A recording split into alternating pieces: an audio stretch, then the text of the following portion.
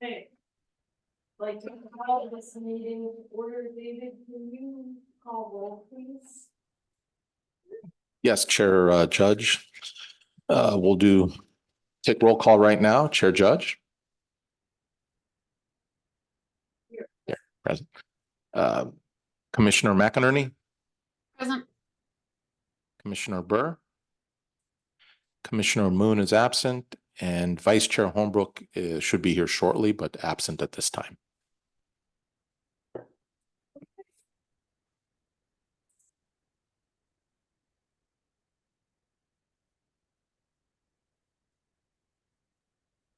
So at this time, if there's any member of the public in this room or on Zoom that would like to speak on an item that is not on the agenda this evening, this is the time to raise your hand if you're on Zoom or here in this room. Let us know if you have anything you'd like to comment on that's not on the agenda. Chair, I see none online.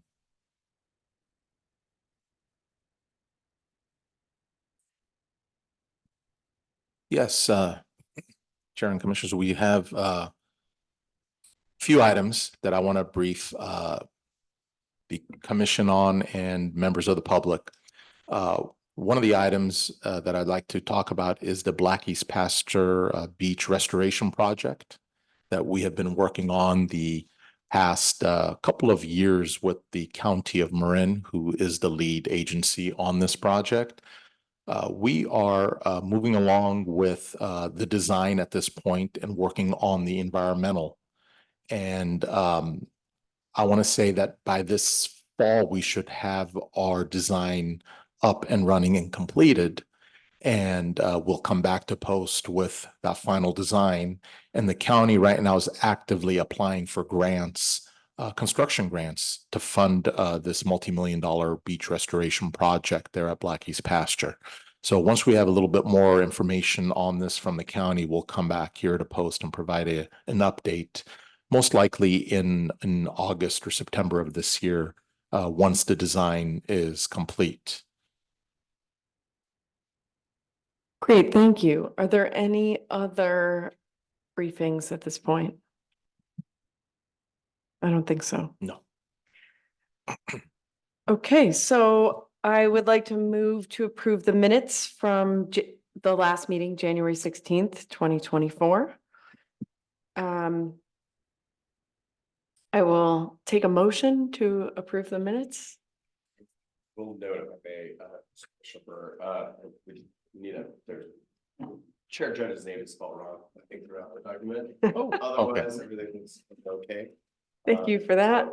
With that amendment, I'm going to support or approve the last meeting's minutes from January 2024.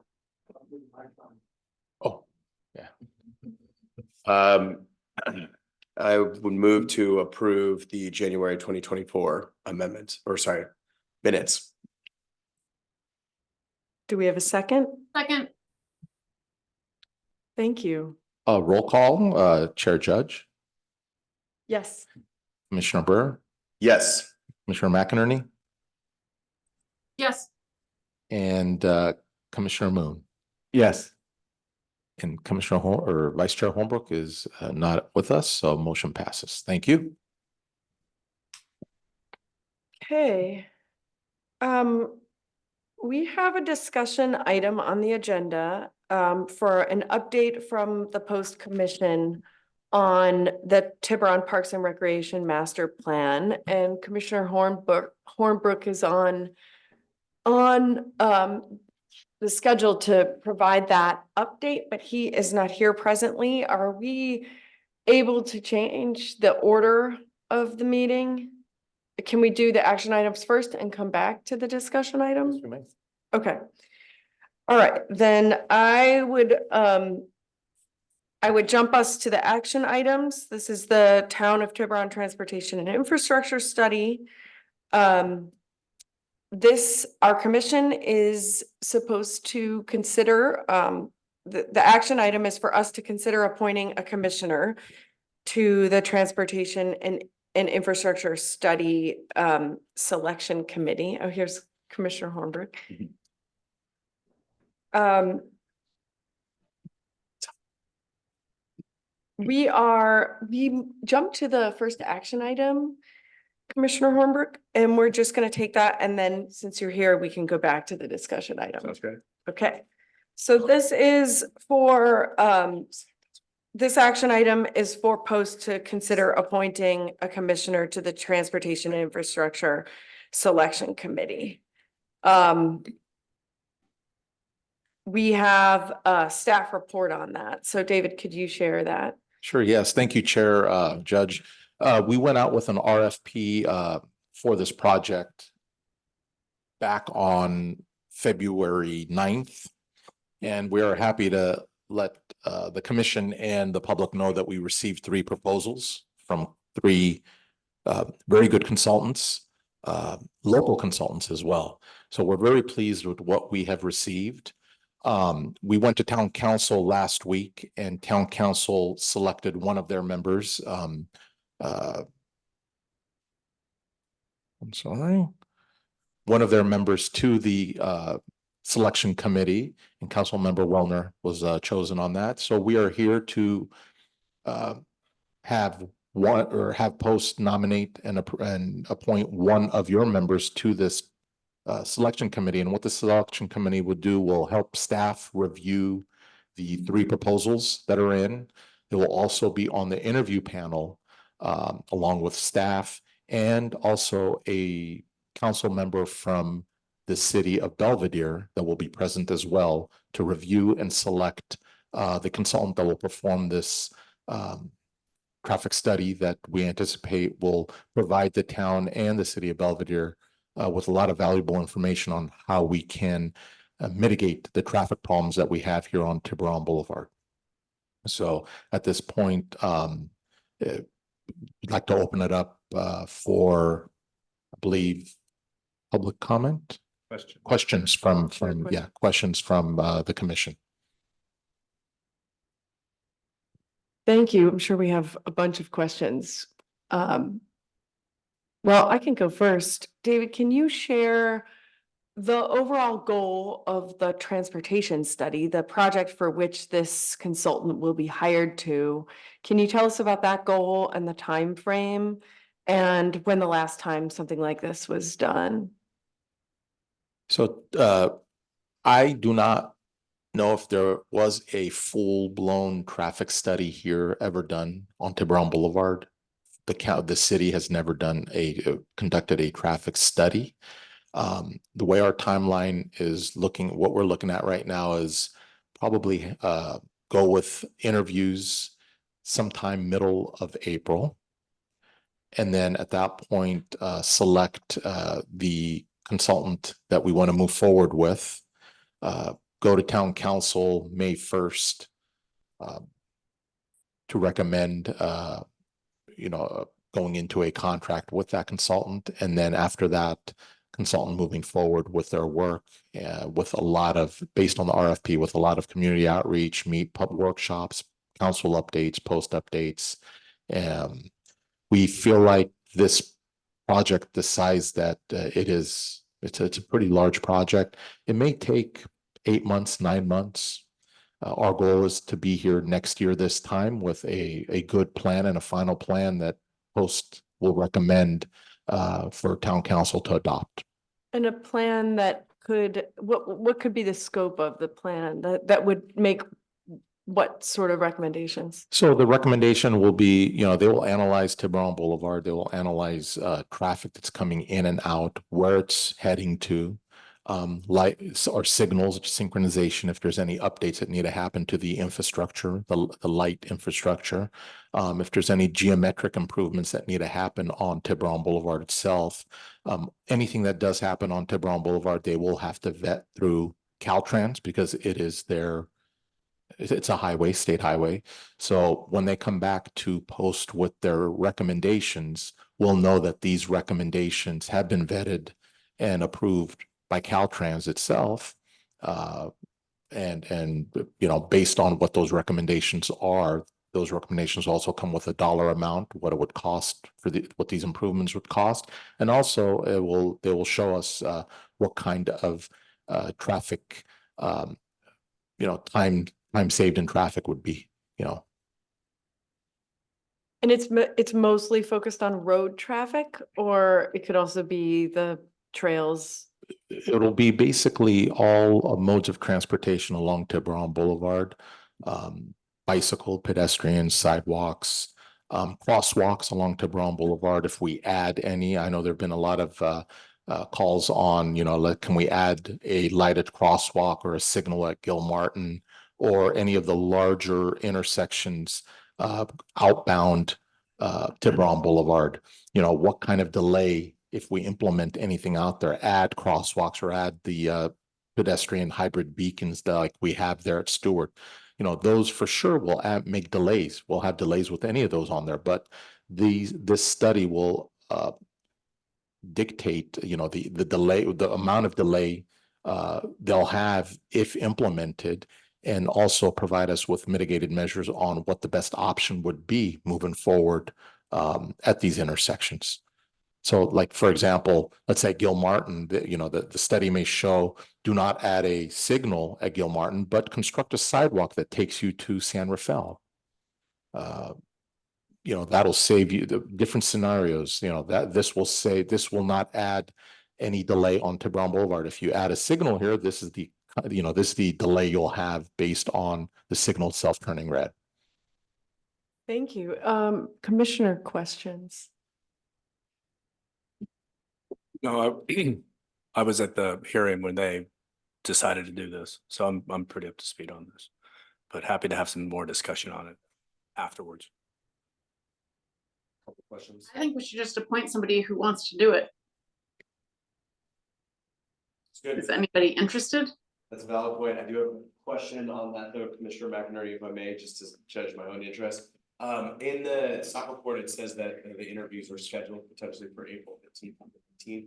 Are these going to be in-person interviews here at Town Hall? Are these going to be remote? Do we know the format of the interviews? These will be in-person interviews that we're seeking.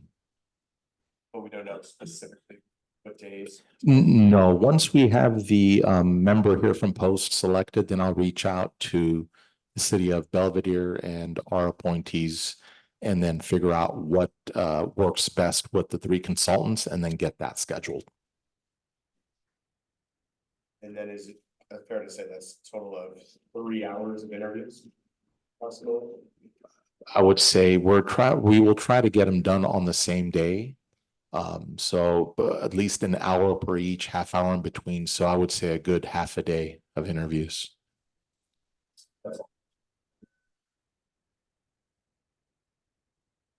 Do we, think we need to go to town discussion, public comment?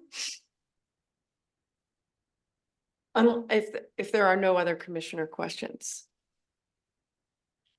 So let's open it up for public comment, public questions. So Chair, I do not see anybody online that has any questions. Anyone here with questions? Okay, no. So let's close public comment and take the action. Is there anyone on the commission who would like to serve in this role? On this special committee? Do you want to? Well, so there's two committees that would be part, or one committee, one being part of this. So on this, I would say that I'd like to stay engaged on it, given that, I mean, a lot of this is tied to the repaving of California Highway 131, AKA Tiburon Boulevard, and then why Town Council wanted post on this was, as David mentioned, there's these crosswalks. So on the Safe Routes to School piece, we've been discussing that, and that was not part of their plan. Also, there was a plan for a bike path on the side of Tiburon Boulevard, and people want to know, like, well, how's that going to impact traffic? Yes or no? So there's a lot of those pieces, and that's why I think Town Council kind of reached out to us to do that. But yeah, I'd like to be on this just because I've been educating tons of people about like, you guys need to be engaged on California. And given that I'm at the end of the peninsula, I mean, Commissioner Moon and I get to enjoy Tiburon Boulevard on a daily basis. Unless Commissioner Moon, you Happy to make a motion here. Happy to move to nominate Commissioner Hornbrook for this interview committee. I will second that. I will second that. I'll take, and Commissioner Holmbrook, do you accept? I do, Okay, I'll take roll call. Chair Judge? Vice Chair Holmbrook? yes. Commissioner McInerney? Yes, Commissioner Burr? Yes. Commissioner Moon? Yes. Motion passes. All right, thank you for your service, Commissioner Hornbrook. Let's go to if it's okay, we can go to the presentation. The update from the commission on the Tiburon Parks and Master Recreation Plan. Sure. And I apologize Thank you. for being late. I had a super good. My youngest family member was stuck at the Tiburon Lodge trying to get an Uber, and because nobody's at home, and I had to figure out something for him. So that's why I was late. So I apologize. And Jimi Hendrix is here too. Good, David? Okay. So last week was a great, so also actually, Commissioner McInerney, if you can jump in like every few slides and I'll look to you to add other details on this, that'd be great. Thanks a lot. God, I thought, but maybe I didn't. David.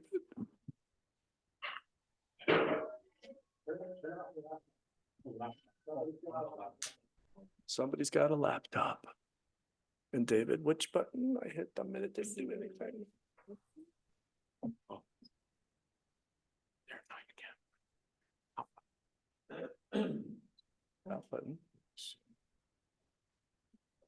Sorry for those at home. No, let me bring up this one. If it's with you.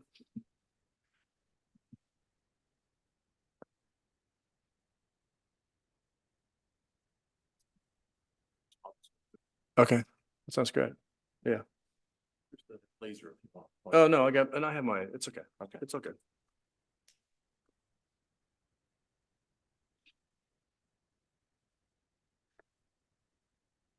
So on I guess it was the 20th, there was a fairly, if you want to jump to that next slide, David, just the agenda. Though this is a pretty picture of our views here. Thanks. So the team from WRT went through the project, some of their high level recommendations, and it split them into each of these different areas. So Richardson Bay Lineal Park, which is Blackie's up through the south of Knoll area, and then downtown specifically, looking at Tether Park and also downtown specifically, and then small neighborhood parks, which included now Tether Park, which is a small park over here off of Beach, behind where the Bank of America used to be. And then obviously a discussion of the open trails. It was really kind of an update to the town council to get questions from them and to help steer the strategic plan to something that's something that they can vote on or do something with more toward June. That schedule may move a little bit to give them more time for feedback. But we'd really like from you commissioners during this discussion is to ask questions and provide suggestions on all these pieces, because you guys are very knowledgeable about what's going on. Commissioner Moon was at that meeting, which was great. And I know that you guys have been engaged in seeing what all these is going on. So just while we're going through this, would be great for you guys to ask questions, to give any kind of comments on that. That's fine. It's cool. That's cool to go to the schedule. Chuck, can we just do an overview of why we even have this real fast? Because we had so many projects.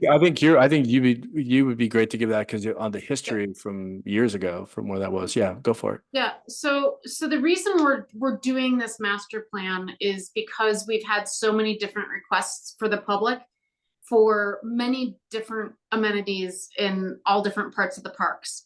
And over time, we realized, hey, instead of just kind of hodgepodging, putting stuff together, if we had an overall reaching plan that really showed us if there was interest in a particular activity, where would be a good placement for it in our parks. So I think there's a little public confusion based on what we're doing here. We are not trying to put everything that's been reported in the newspaper or everything that you even see in this plan tonight. We are not trying to implement everything into the plan at all. We're trying to figure out, what are we lacking in Tiburon? What do we want to have in Tiburon, and what are the needs? So that's kind of like where we are versus trying to say like, we're putting everything that you see in this plan that we're going to try to raise money and implement and have this like amusement park of all of our parks and open spaces. So I hope that is understood by everybody. And we've had a lot of engagement up to this point, lots of public pop-ups, lots of surveys, statistically valid surveys, and public workshops. And we're now where we presented to town council and received some feedback, and we're ready for feedback from the post commissioners. Is that accurate? Yeah, that was great. Thanks, Angela. Okay. So like for an example would be, I can't remember when the beach volleyball proposal came to us. Great idea, well thought out, supported by the community, but we didn't really kind of know where we could put it because we didn't have a strategic plan about that idea. Or as a potential asset comes available to the town where the settling ponds are, just north of McKegney Green, it's like, well, what would make sense to put there? To have a strategy around that, as opposed to like whatever is the flavor du jour that somebody's talking about. So just to be more strategic and thoughtful about this. Okay, so as you see, we're kind of at the end or near the end, like the last 25%. But this is like, as you guys have been involved in consulting projects, this is where like the rubber hits the road, bringing all that data together. As Angela mentioned, there's been a lot of surveys. There was there's a session that was here in Chambers that the public was invited to. There was pop-ups down on Main Street last summer. Angela, David, and I got to deal with or manage webinars going through the individual parks. So it's just a lot of activity on this, as well as there are 2 town council members that are also part of this, which is Jack Ryan and Isaac Nickvar. So it's nice because Isaac was the role that I have now, previously before he was elected. All right, David, next slide. Yeah, so here's the engagement that we were just talking about. I should have been looking at my pieces of paper, knowing where we were going. So those are the people were putting up sticky notes. It was great engagement. It was great to also just to meet people, and a lot of folks were like, how do I get more engaged on these things? And as a result of that, actually, there was a great deal of public participation in that meeting. I haven't read my ARC yet. I don't know if it made the ARC, but it was a lot of folks were there on last Wednesday. This room was full. There was mothers here. There was folks that were interested in pickleball. There were people who were interested in having a pool. There was people of all ages. It was just great. It was just a wonderful opportunity. And I think as all of us commissioners realize, as the strategic plan moves toward its finalization, there will be more activity from the town and from the citizens who want to be engaged in this and provide their thoughts. And I think this is, again, a great venue, our venue tonight, as well as the future meeting to do that. If you want to jump to the next slide, David, thanks. So, and this is just another example of some of the recommendations, but why don't we jump to thanks. So you may go, okay, this is great. This is some of the recommendations that WRT put together. And you'll see that there's a difference in black and blue. And as I recall from from the presentation from Peter, the blue ones were new things that they picked up, but the black ones were the kind of originally kind of what they thought during it. So, or from the survey and more of that. So it was a way for him to provide like a different level of fidelity on the data that they've received in terms of their recommendations. So high level overall park experience from all the parks that we have, and some of these may resonate with many people here, is in the first one is which is critical that we heard that the consultants heard from the people in the town from all these different events that we had, is maintain an open and peaceful quality of Tiburon's parks and open spaces, connecting residents and visitors with the physical setting and environment. So it was that's a very like just an important piece. So there isn't a level of like, there's things that are great here that don't need to be touched. Right? And that's very clear. Create clear and welcoming park entrances and orientation.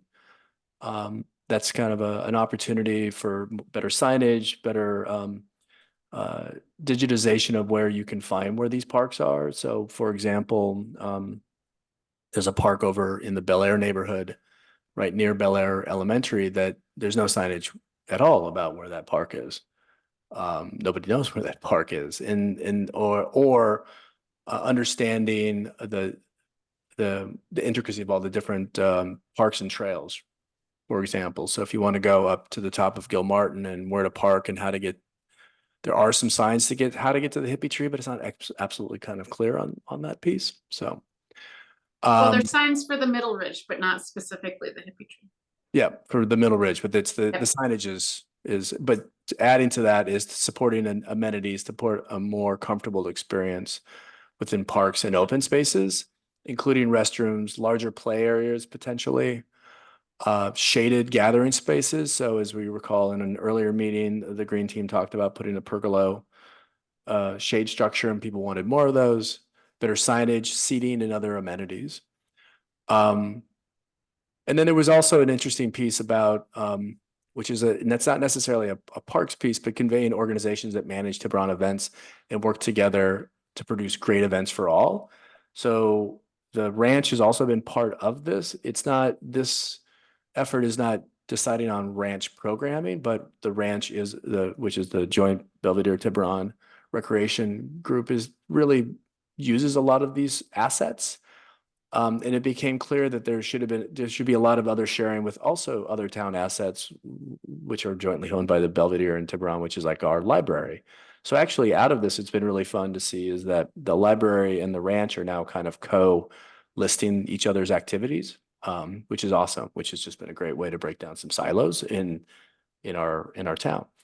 And then finally, the last point was creating space and music for other performances, establish a public art program with clear review roles, locations, and parameters. So just again, a high level strategy on that. Angela, anything on this? Nope, that's great. Okay, next slide. Thanks. So on recreation specifically, is that there's more a kind of a need of specific areas for teens and seniors, as well as improving, and we heard this as an addition to this on the improving some of the tot playgrounds. For example, both the south of Knoll playground, which is for under 5, as well as the playground over in Cypress Hollow need to be updated. I mentioned the increasing awareness of the programming at the ranch. Just mentioned the playgrounds. And then developing strategically recreation amenities that meet the community needs. So it includes things like pickleball, tennis, and potentially an indoor gym. There was also a pool and other things that are on here. Creating spaces for opportunities for organized adult sports and unprogrammed play. As you see that there's not a lot of flat areas in Tiburon, and the main area, McKigney Green, that is a flat area is specifically for youth. So if I want to go set up a quick 4-on-4 with little mini goals for adults, I could try to find a place, but it's hard to do. And then I had mentioned the pool, also working with Belvedere, the consultants did a great job looking at different areas around where to do a SUP or a kayak launch. And there just really isn't anything there's just like with the tide swings at Richardson Bay, it's hard. That there's really only potentially one place over on Beach in Maine, which is really kind of where Belvedere and Tiburon come together. So it's really like their suggestion is you should be looking at there. Improving trail connections, we'll have some examples of this between downtown and the Tiburon Ridge. And then also, obviously, it makes a lot of sense considering involving neighbors in the planning of new recreation facilities. And then it cut off there. But Angela, anything on that recommendation? I mean, I think just to note that the water access one was super high in all of the surveys and in pretty much every response we received.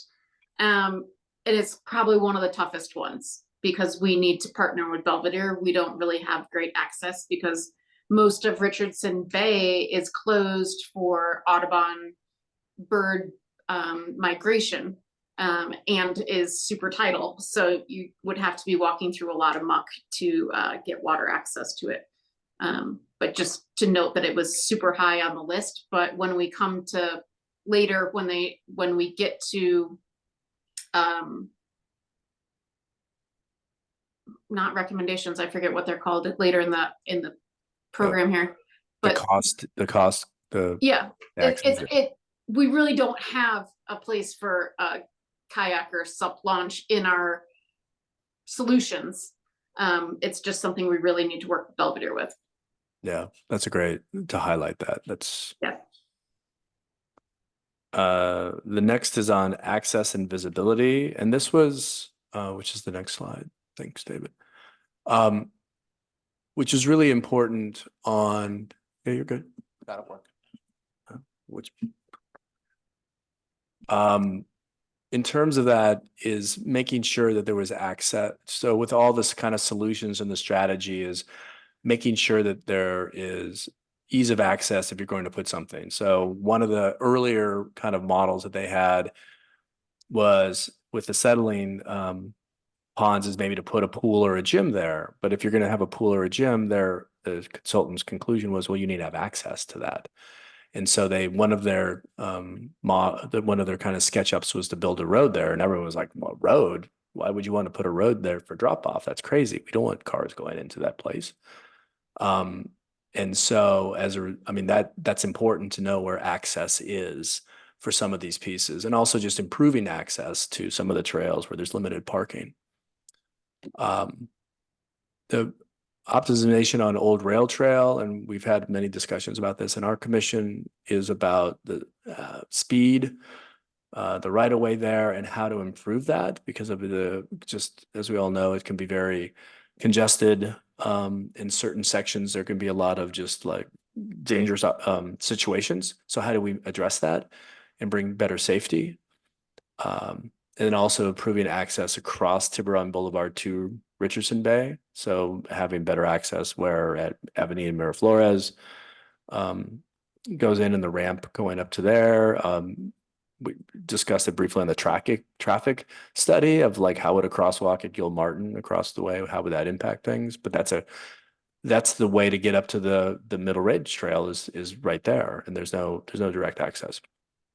I already talked about the signage and wayfinding piece, and then also adding a comprehensive map of parks, open spaces, and trails, which really doesn't exist in a very good way here.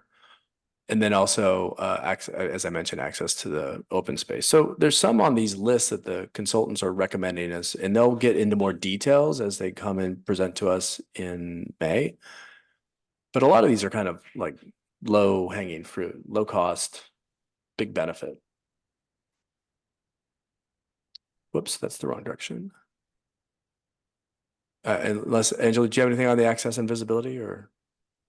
Nope, just to say that, as we all know, Old Rail Trail usage and safety is a constant, something somebody is always bringing up to us. So it's not surprising that it's on the recommendations.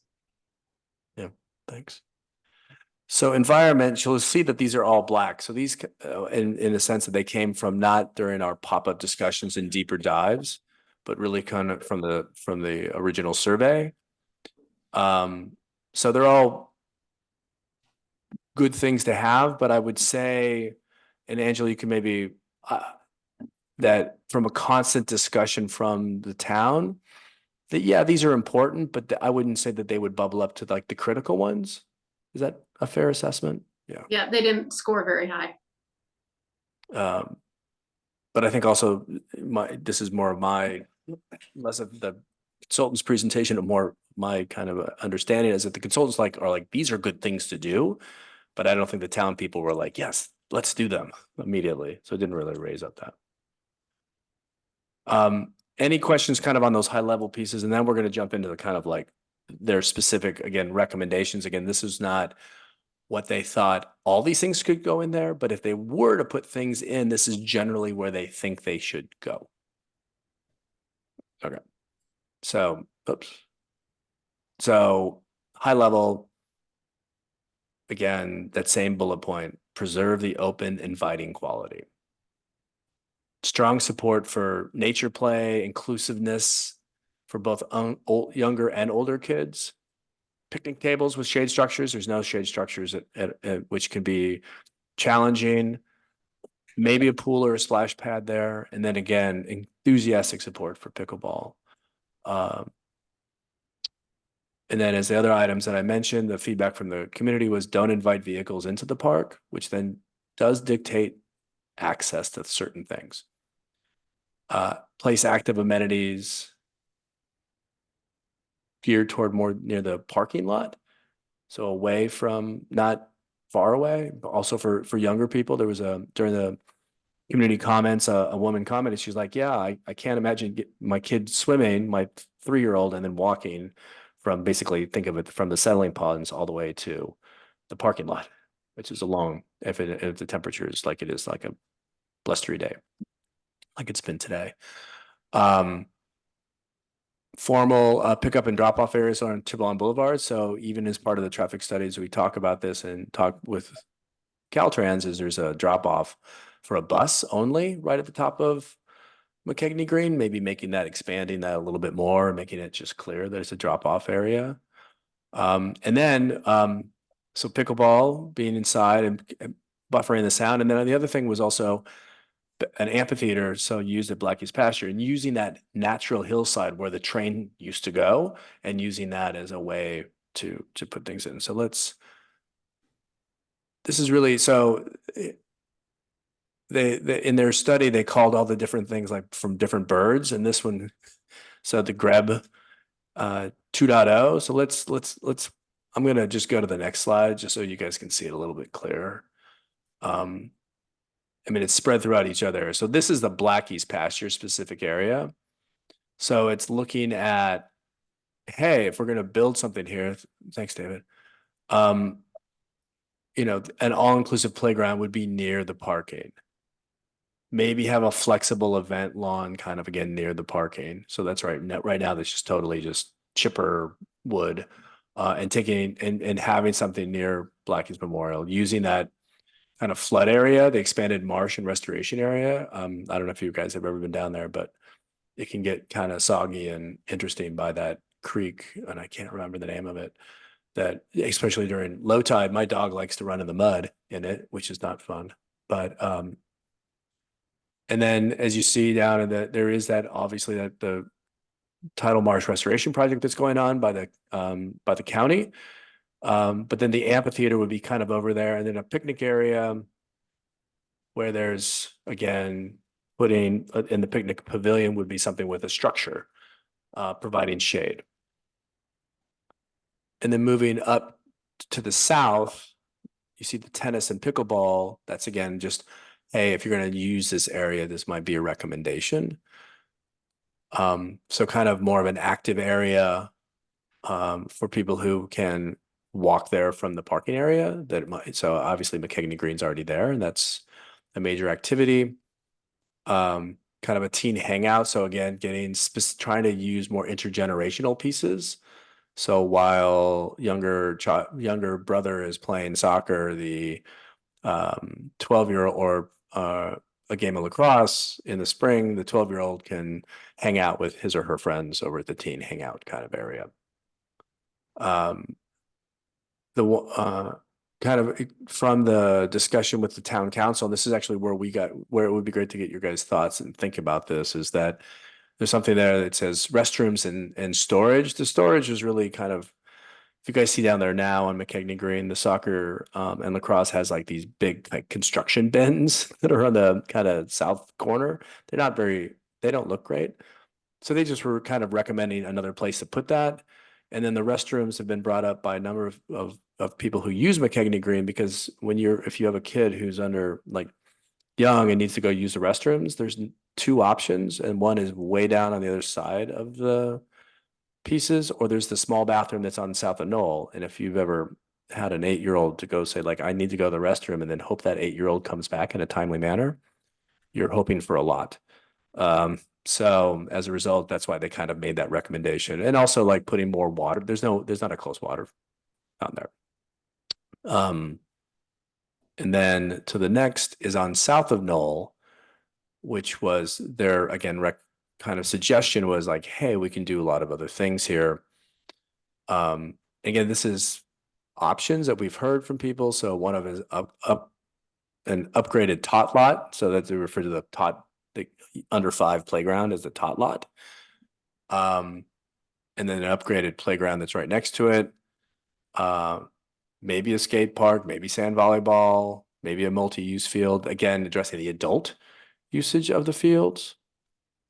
So all, again, just concepts from them. Angela, would you like to add any other thoughts that I didn't touch on? Just to remind everyone, there's a ton of information on the website called tiburonparks.com. This is only one of the 3. This was the favored one that the public liked the best, was this Grebe 2.0. It happens to be the second in the middle one that people liked that we're showing you tonight as possible locations of things. But if anybody really wants to dig into the nitty gritty, there's a lot of other options in the other bird. Sandpiper, and I can't remember the name of the other one. So one of the things that I thought was really cool on this, and I should have mentioned this earlier, is you see that kind of magenta line? That's the Bay Trail.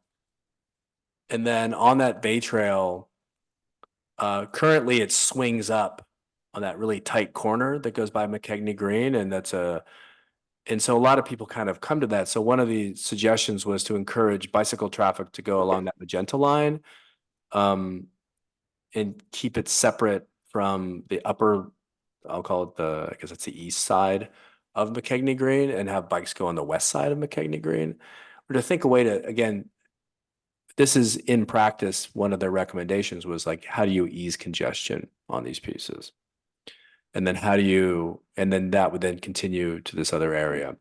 I think and this is to encourage the commissioners, again, kind of summarizing a little bit from the town council's comments, is maybe thinking about each of these different areas, because they're all rather active, is maybe think of them as some as like active and accessible for multiple ages near the parking lot. Super active because you got McKegney Green there. That's where the kids are going to hang out and all that kind of activity. And then maybe keeping the South of Knoll kind of, because none of these hit on that point of like tranquil and kind of like where you want to kick back, and maybe using that as a space. That was just some feedback in general from the town council members. Because right now at South of Knoll is those 2 playgrounds and then kind of that undulating grass area, and it's pretty chill. So maybe thinking something about those pieces.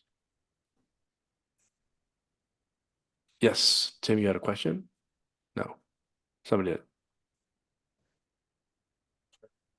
did. Chair, you'll take public comment after the presentation, correct? Correct. Well, Yep.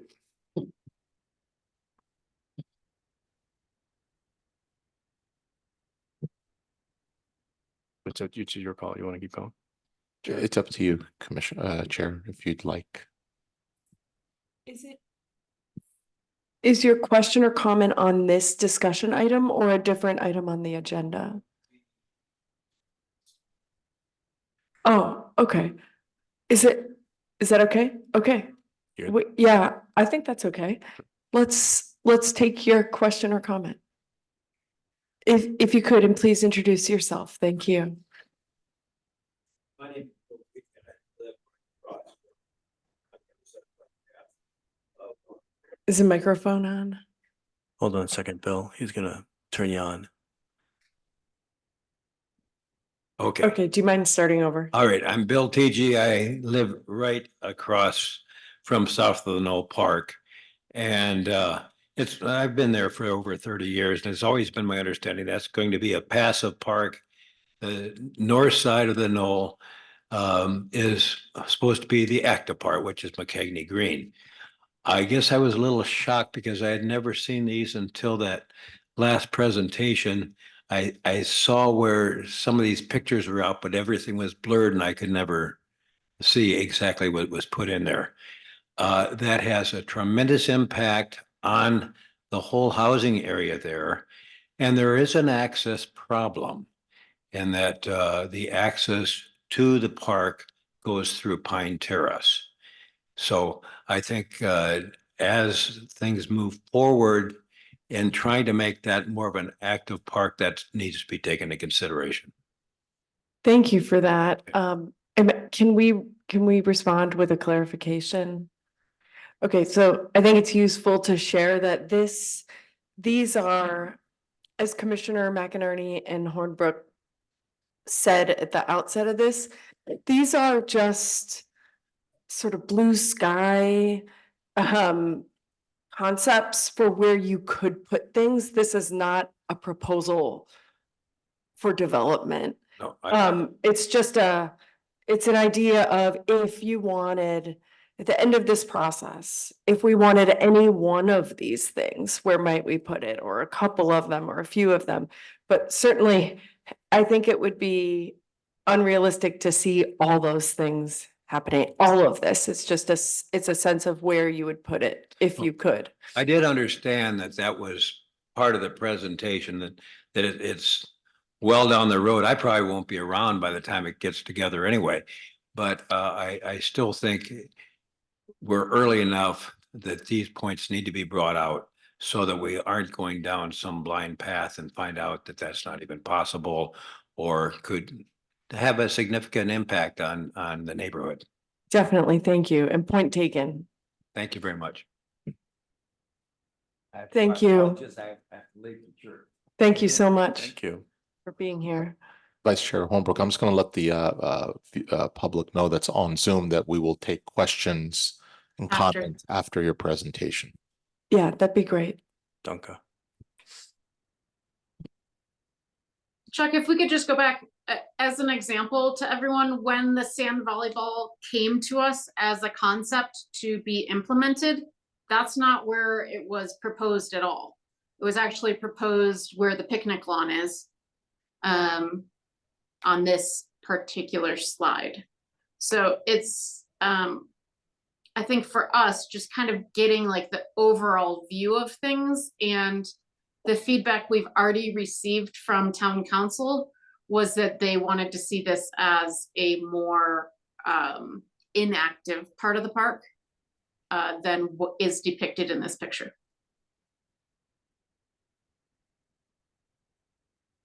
Thanks for sharing that. Sure. Whoops, wrong way, I think. Yeah, so this is, I forgot that they had put this slide in. So this is that whole discussion about the kind of configuring of the Bay Trail.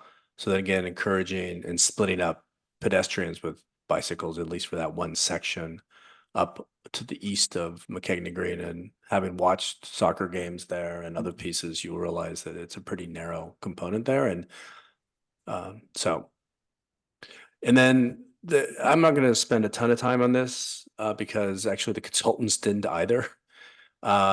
Because, I mean, it was a way to kind of put things on a 2x2 matrix. The consultants are gonna come back to us and give us like explicit, like, it's gonna cost this amount of money to build a pool and to do operations and maintenance too, which I think is an important piece.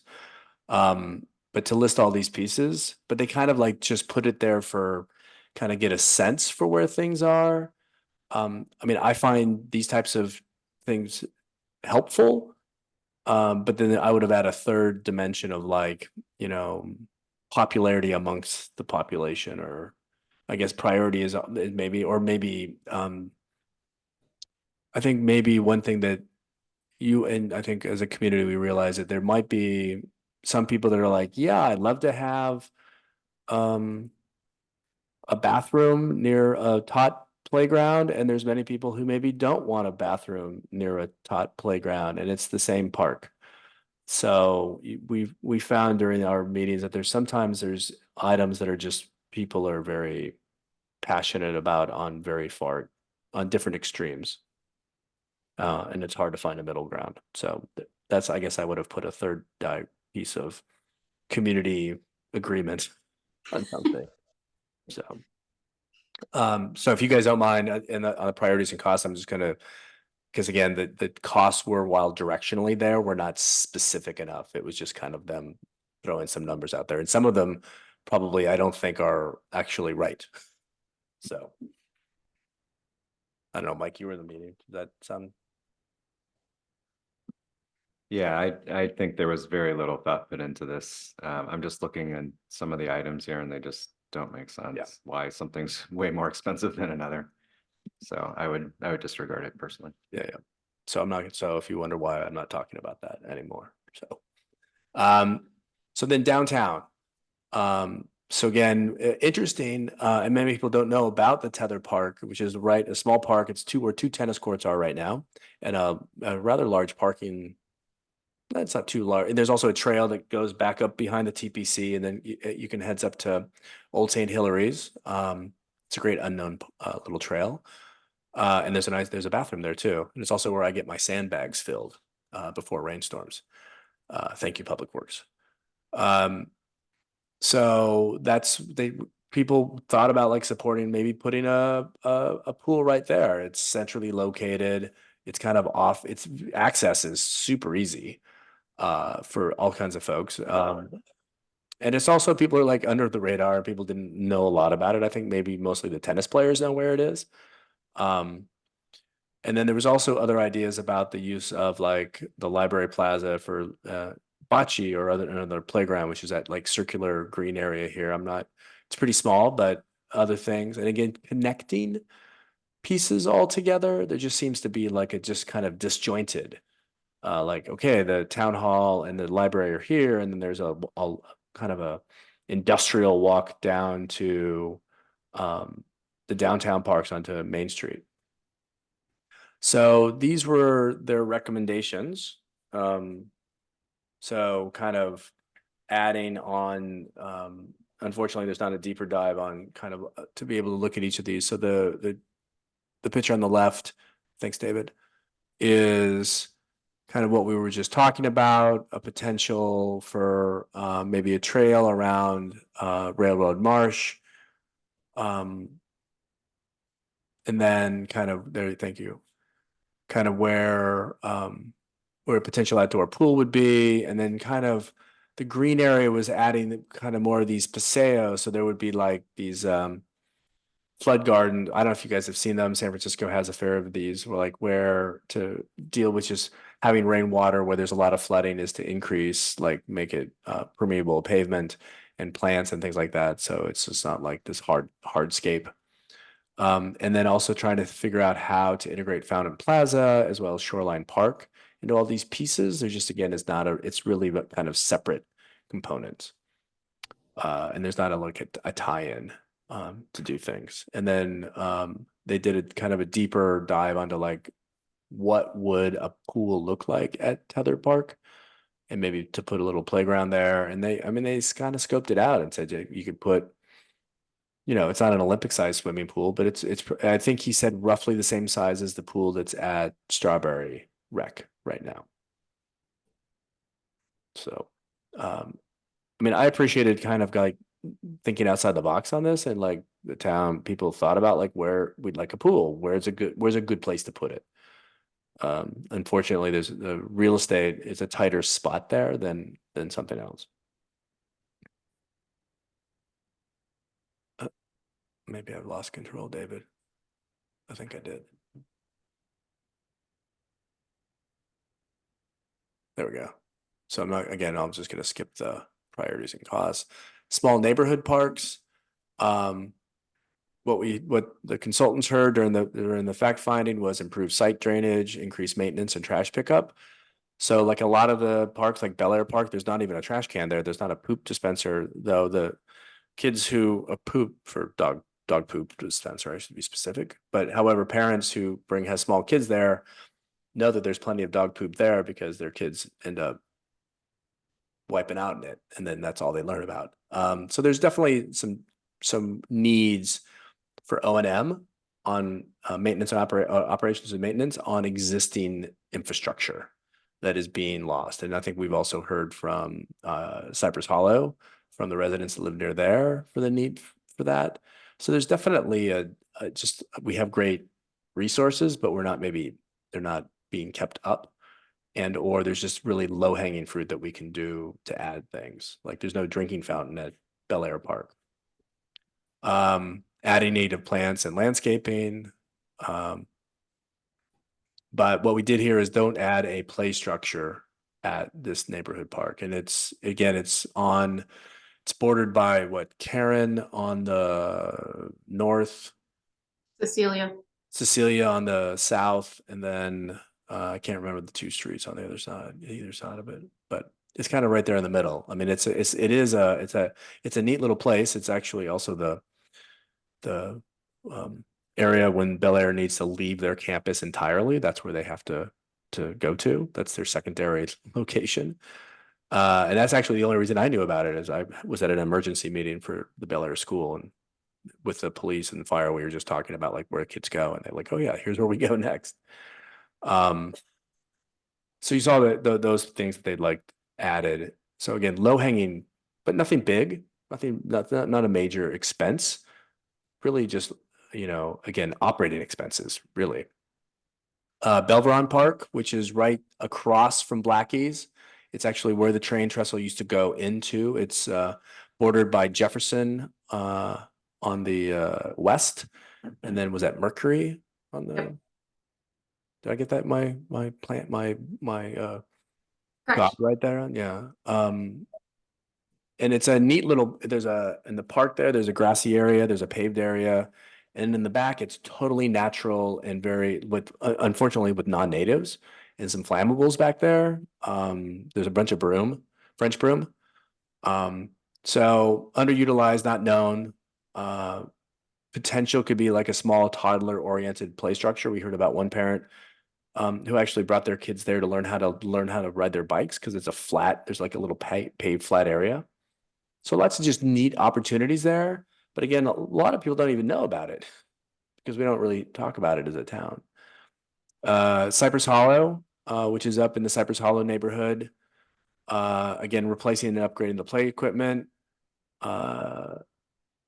Strong, as I mentioned, strong support and strong opposition to adding a restroom. There's a grass, and we've also talked about this in a meeting, so I'm not going to spend too much time on this. But you all are aware of that. So again, the consultants made recommendations. And again, these are all kind of easy to do, nothing controversial pieces. And then they kind of broke down all the priorities and costs. Before we jump to the open spaces and trails, I think just overall, and then Angela, if you want to maybe echo or add any other color, is that really in all of the presentations all the time, I mean, people care about the small neighborhood parks. But overall, there's not like a let's have what's the strategy on this? One is like kind of maintaining them and keeping the kind of where they are on the status quo. Maybe you could think about something interesting with Belveron Mini Park, because there's such an undeveloped area back there. and it's one of the bigger ones, but otherwise, otherwise it's like, nah, things are pretty good, but just maintain them better, town. That would be great. I mean, that's really what we heard from the community. And with the exception of Tether, which is like potential to do something very different on it. If you were to put tennis courts down near McKegney Green in the settling ponds, then there's an opportunity to do something with that space potentially. Angela? I think that's a good overview of everything. Yeah. Great. So on the open spaces and trails, again, this is a high level map of the trail. The Tiburon Ridge Trail is the dark green that kind of goes across both, and then the different color greens are those that are like both town open space as well as county open space. So it's really an interesting kind of I was going to say hodgepodge, but a mosaic of different kind of properties that are up there and how they go through. And Councilmember Thier was actually responsible for making sure, and others were to making sure that how they kind of marked where the Tiburon Trail Ridge was, like two predecessors before David. I think there was other previous post commissioners. And I definitely walked it a lot during the pandemic. It was a lifesaver, frankly, to get out and walk. But there's opportunities for better signage and other pieces. So what did they hear? They need clear maps and information, trailhead amenities, so like trash cans and potentially maybe just a bench to sit on. Consistent signage. Maybe somehow having water access someplace. And then like maybe linking up with the county has done a pretty good job on their signage, is maybe integrating better with their signage. And then so their recommendations are tying in with all those pieces and to continue to work to close the gaps in the trail system. So I mean, one example is that there's not a clear way to get up to Middle Ridge from Gilmartin and Tiburon Boulevard, is maybe making a signage so that you know how to get up there. There's no sidewalk either. I mean, and for us as a town, that's one of the bigger challenges, and we definitely heard is as the town grew, and you've seen this, and Commissioner Burr, I recognize that you live in your neighborhood, there's no sidewalks. There's no sidewalks in most of the town, actually. So access, kids walking on the street, too many cars parking that then make the kids walk in the middle of the street is really a big challenge that we have as a town. And they always be conscious of that. Like, for example, in one of the sessions I was in regarding Belveron Mini Park, people are like, yeah, the weekends, things get really crowded over here when there's events, when people are at McKegney Green for like all the kids matches, and it's just a beautiful day out. So people park on Jefferson or they park on Mercury, and they're like, yeah, if we were to add more things over here, that makes just parking even harder and safety. And again, getting back to the safety piece, which is paramount. Anything else, Angela, on the trails? I was doing the open space trails. We had so many people at our open space trails and our small parks Zoom meetings that we had to have a second meeting because we didn't have enough time to get through all the parks and the open space. And one of the things that was really talked about in my breakout group was protecting, and it's not on here because it hasn't been updated yet. Protecting the species that are endemic only to that area of the Middle Ridge was really important to some of the conservationists on that, as well as limiting some of the dog walking because it is a lot of dog walking up there. And then just people, when I talk to people in town, they really don't even know, even my neighbor down the street, how do you get to Sugarloaf you can get there from the top of Round Hill Road? Yeah, you can get there, but they don't know how to do it unless somebody shows them because there's no maps, and it's really kind of confusing. So that the maps was a really big one. Right. Thank you, Angela. Well, thank you so much for that really great presentation and for all of your work on this, Commissioner Hornbrook and Commissioner McInerney. Thank you so much. I think that was a great overview. We are meant to go to commissioner questions first, and then we'll go to public comment. So any commissioner questions? I have a broad question that just trying to grapple and understand better. And it's a simple question, I guess, but what is the purpose of the master plan at the end of the day? Because what I understand is we had hired this consultant to come up with an idea and provide recommendations, which they did. But we're hearing that that's not really the recommendation. That's just a smorgasbord of brainstorming ideas that may or may not happen. So I'm kind of sitting back and wondering, like, what is the master plan going to look like? And are they going to actually take a point of view of this is what we should do? And then for any of those things to get activated, what is the process then of deciding whether or not that gets put in there or not? Because I'm sort of getting a feeling that we're kind of spinning our wheels, and I'm not sure what the output is and what the action item is at the end of the day. Good question. Angela, do you want to take the first part? The purpose of this? Well, it's to take so they've taken a stock of all of our parks, all of our amenities, all our facilities, and including our buildings. One thing that we haven't, and so we've gotten reports on all of those. One thing we haven't gotten a report back on yet is maintenance. So we're waiting to hear about that because, of course, as former commissioners on the post commission have always said, like, it's great to have all these things and want to put new things in the parks, but we need to be able to maintain our parks. And how are we going to maintain it if we add something even new to the park? So, did I answer your question?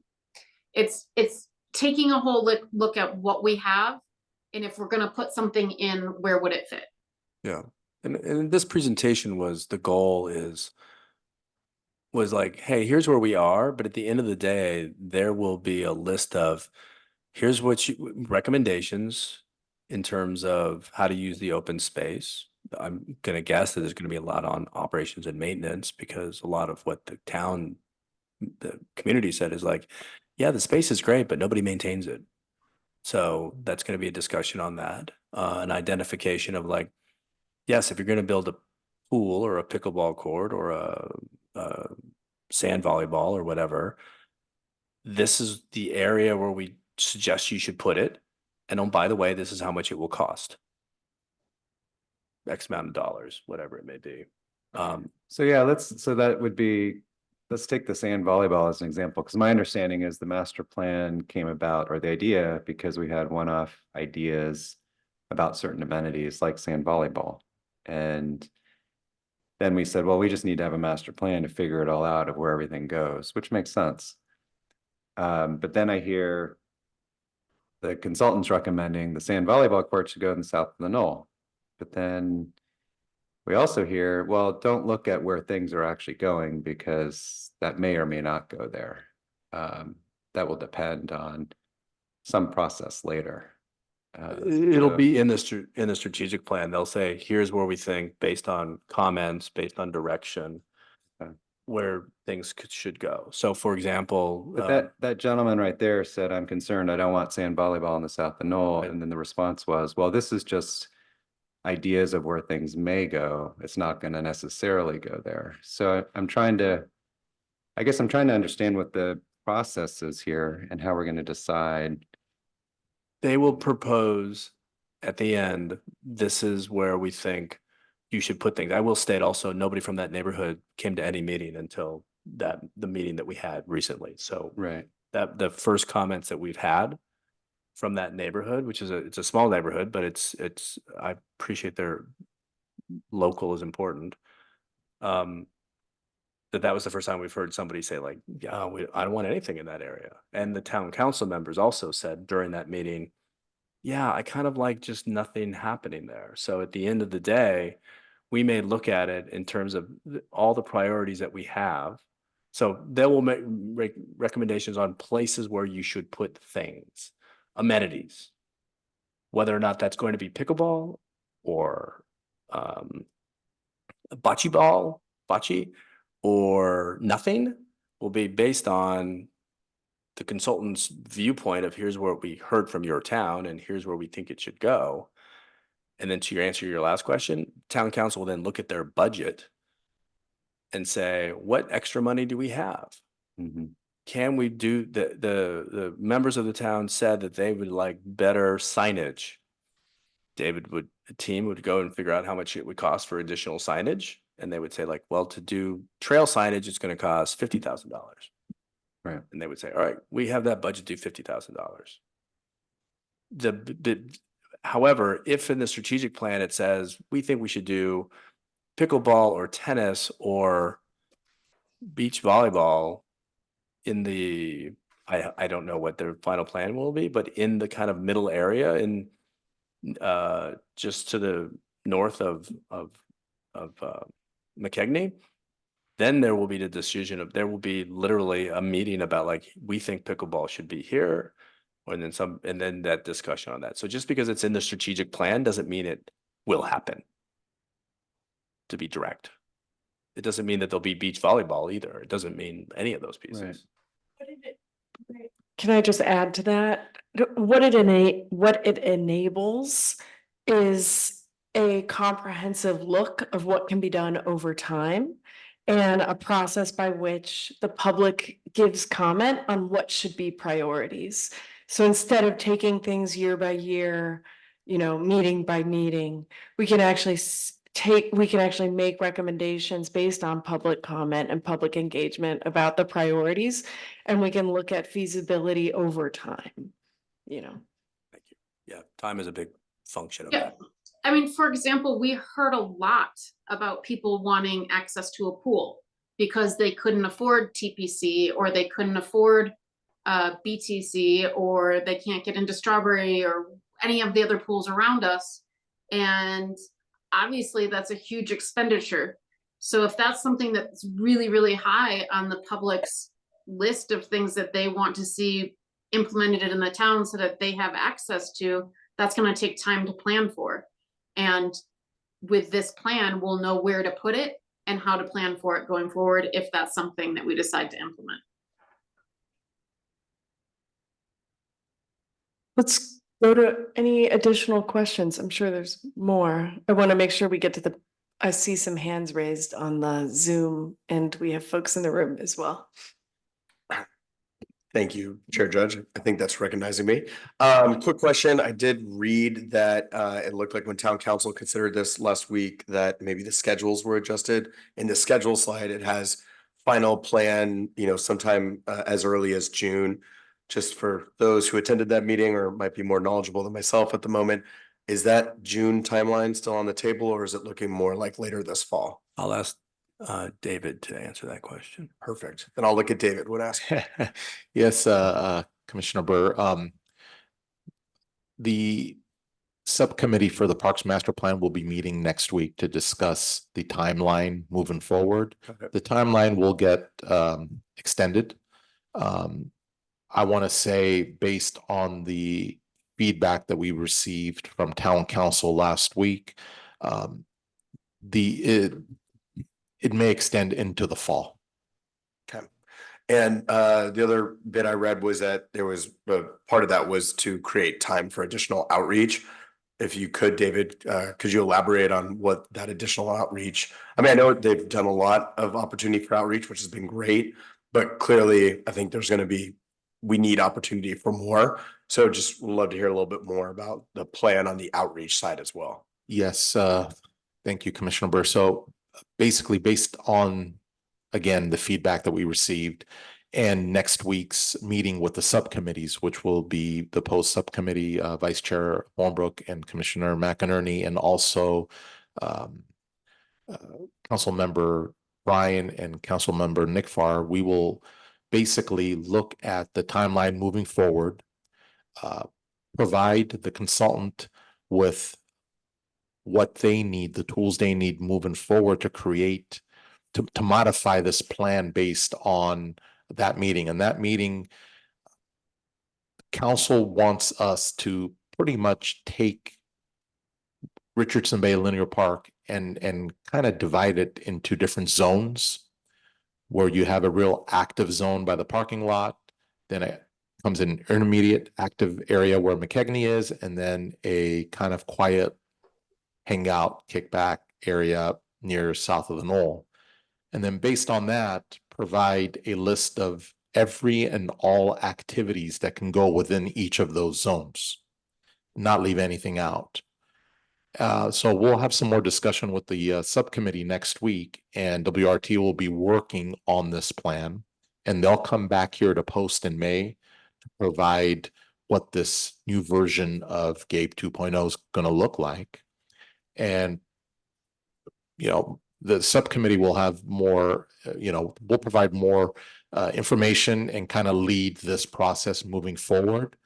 But that's what the process is going to be. And once we have kind of a clearer vision moving forward, we're going to have a workshop here, probably very, very early June here at council chambers with visual boards. Again, want to get feedback from the public as they come and take a look at what WRT has created.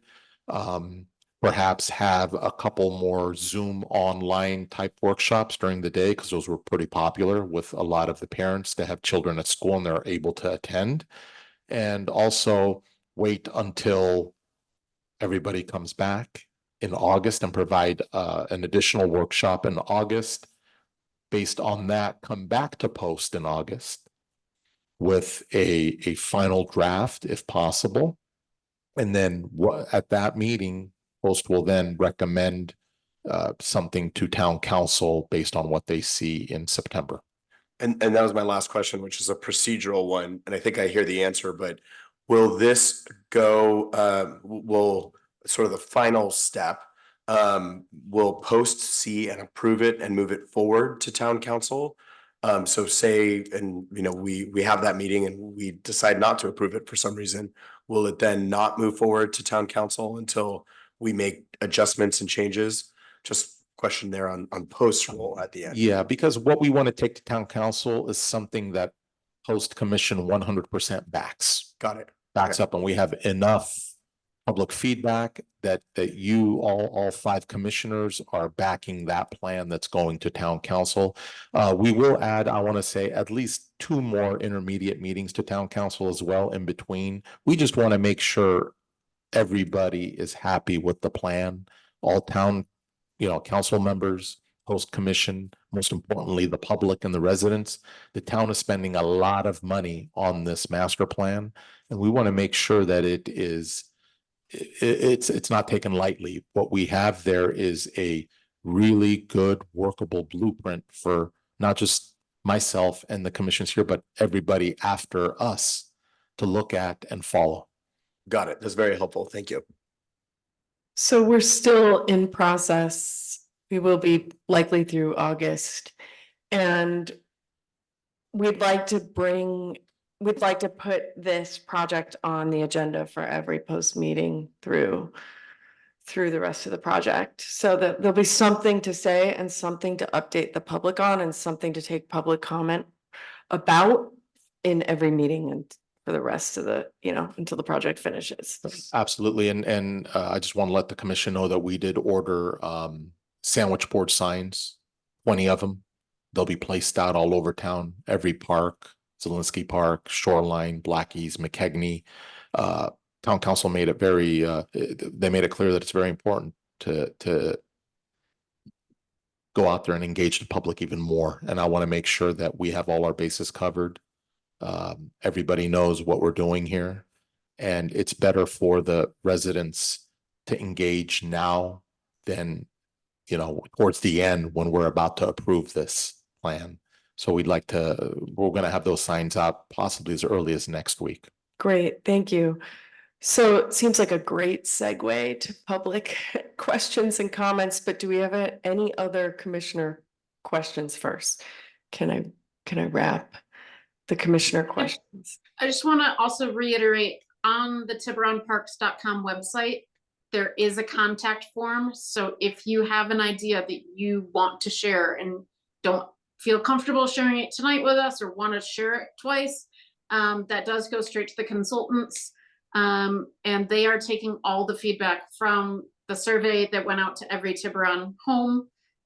All of our pop-ups, all of our workshops, and they're synthesizing a ton of information so that we aren't just having the person that is yelling the loudest about a particular amenity getting to the top of the list.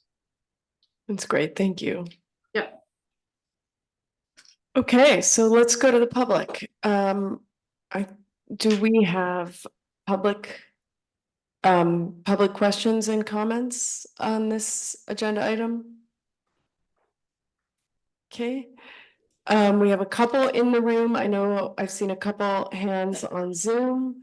So why don't you come forward, make sure to turn your mic on, it's on. It's green. Announce yourself Hey. and then.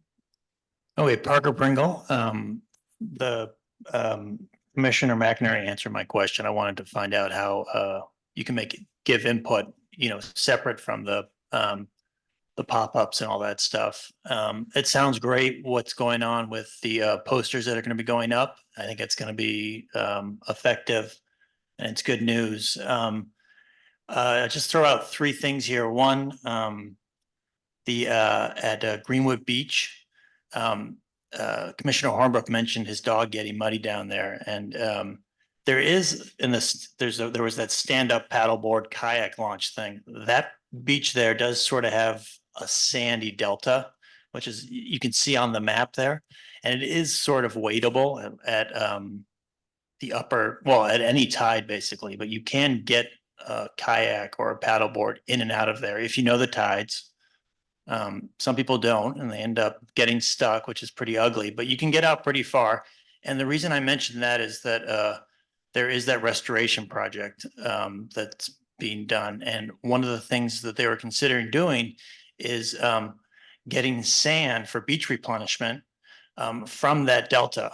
And my comment is just that hopefully when they do that, I don't know how far that planning's gotten, but hopefully they'll think about protecting the wadeable part, which stretches out, a few hundred feet when they come to talk about where they're going to source the beach replenishment sand. And then two other things I'll mention. One, I think the Public Works does a fantastic job maintaining Richardson Bay Lineal Park. And it's just fantastic. The landscaping's amazing. They're always down there clearing up the garbage and stuff. And so I just wanted to compliment them for that and say they did a good job. I would say one thing while we're just throwing stuff out is that people do like to go down there at night, and with the headlights getting brighter and brighter every single year, kind of by the BTC to San Rafael Avenue area, it can be blinding at times, maybe even dangerous for a pedestrian versus a bike. And I was just curious if there's a way to maybe talk about a vegetation that would be just grow high enough not to block views, but possibly to block headlights. And then the third thing I was going to throw out there, I'll send an email to WRT about it, is Shoreline Park.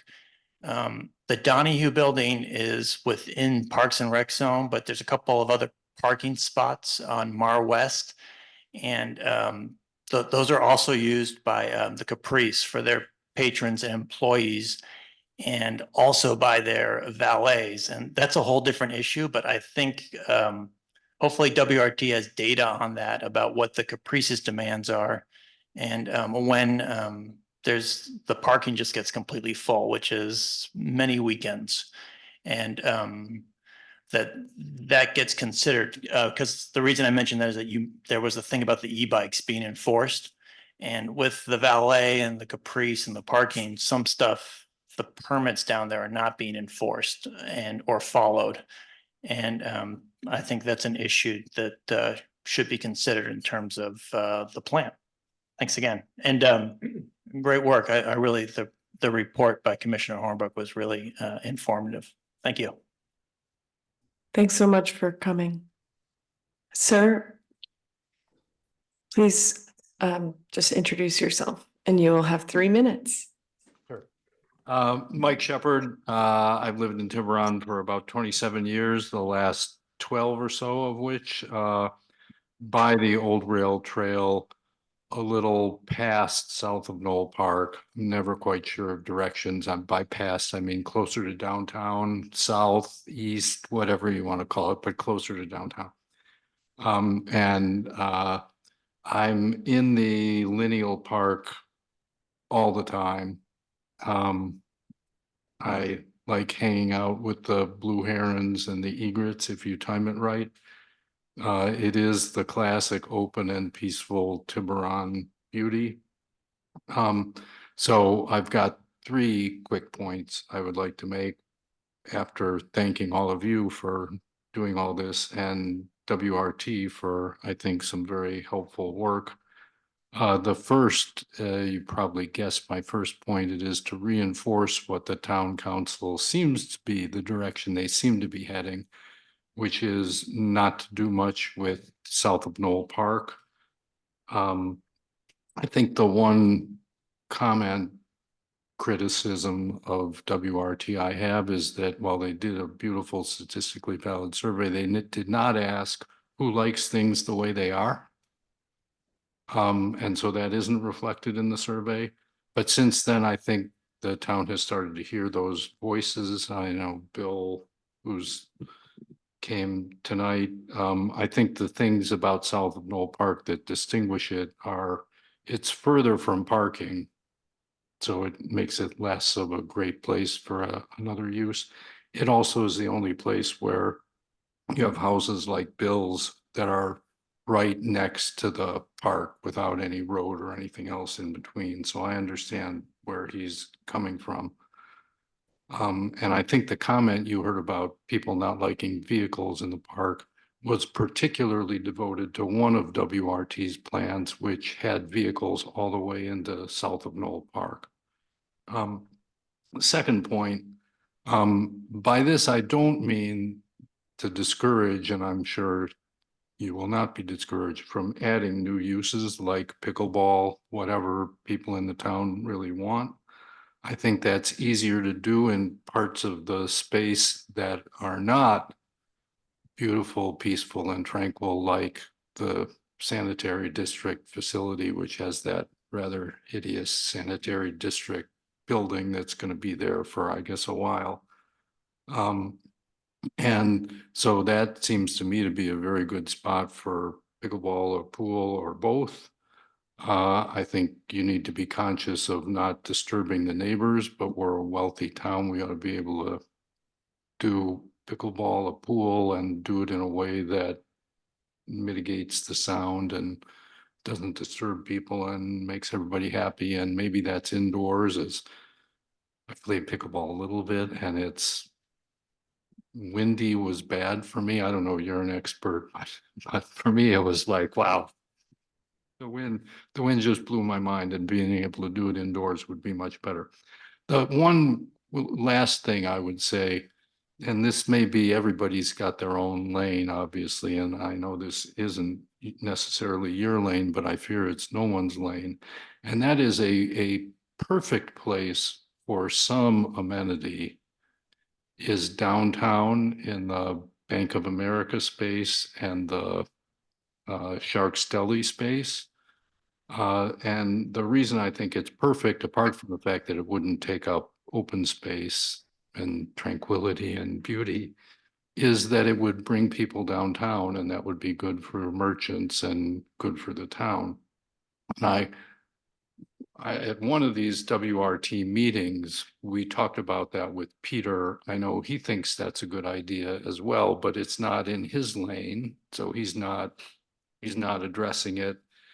And I know it may have issues with the town's housing element and things like that. So I know it's a very complicated issue, but I hope someone will take charge and think about that, because I think that would be the biggest potential win for the town if it could be put together. I realize it's costly and complicated, but I think that would really be a home So thanks for listening and thanks for your service. Thank you. Thank you so much. Okay, let's go to the folks online. Do we have any online questions? Yes, we do. First one is Ken. Can you hear me? We Yes. can. Great. This is a question, comment is, TPC just had their pickleball hearing and got pretty set back on the amount of time they're gonna be able to have pickleball, and it looks like they're heading towards some sort of structure over pickleball, so it's not outside and noisy anymore. Would those same standards apply to any new activities on McKegney?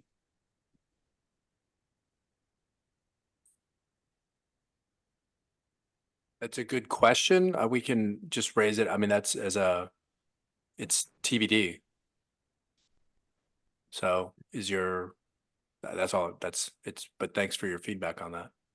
I think Thanks. a lot of it also McKegney use has to do with how much the field can actually take usage of. There's a certain number of hours per month that the field can take activity on. So there are like set hours already that the field is quote unquote resting. Yeah, this was more for pickleball, but thank you. Yeah. And then I have comments. I can get back in the queue for that. That was just a question. So thanks.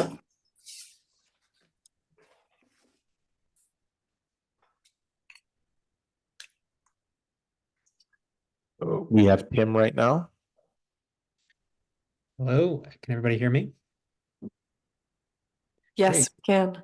Thank you. Yeah, my name is Tim Cardenas. I also live in the Pine Terrace community with my daughter, my wife, and our expectant daughter. Bill TG has been a leader for our little community, and I'm ashamed to say that I probably wouldn't have known this was happening if he hadn't have emailed us in our little community. The only thing that I want to add to the comment is going to echo, I think, what some of the other people have already mentioned, which is that unlike, I think, any other part of that linear park, the South of Knoll has residences that open up to that park, including my own. And on both sides in the cul-de-sac and on the back, the additional traffic and noise and activity plays a pretty big impact to our enjoyment of our property.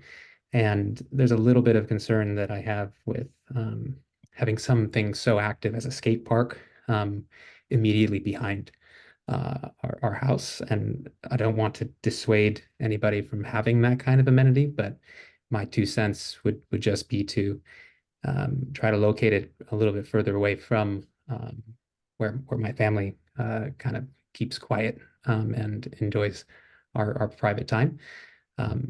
So that's one point. And then the only other piece is from our property, we also can see the beautiful sunsets. And I think many of the renderings have trees that are going to be put up to, I think, separate between that path and those new amenities. And I think that would completely block everything that we have today. So as you're considering those choices, I would just ask that some consideration be put towards I think someone said a small community. We are small, but it's important to us. And so just wanted to make our voice heard. Thank you so much for doing that. And just real quickly, if I may, if you could just mention to your members in your community to go online and to tiburonparks.com and register. And that way you'll get all the meeting announcements and everything about this, because I think it's, again, really important to get community feedback during these meetings. And even though like the pop-ups and the other things, frankly, it's the discussion in front of town council, which will pull the biggest amount of weight. So, and coming to this meeting as well, or fine tuning your discussions on this meeting and then hitting it out of the ballpark in front of town council. So thank you for your comments and appreciate that perspective from where you are there. Thanks. Thank you. Do we have any other online questions? Yes, we do. Helen?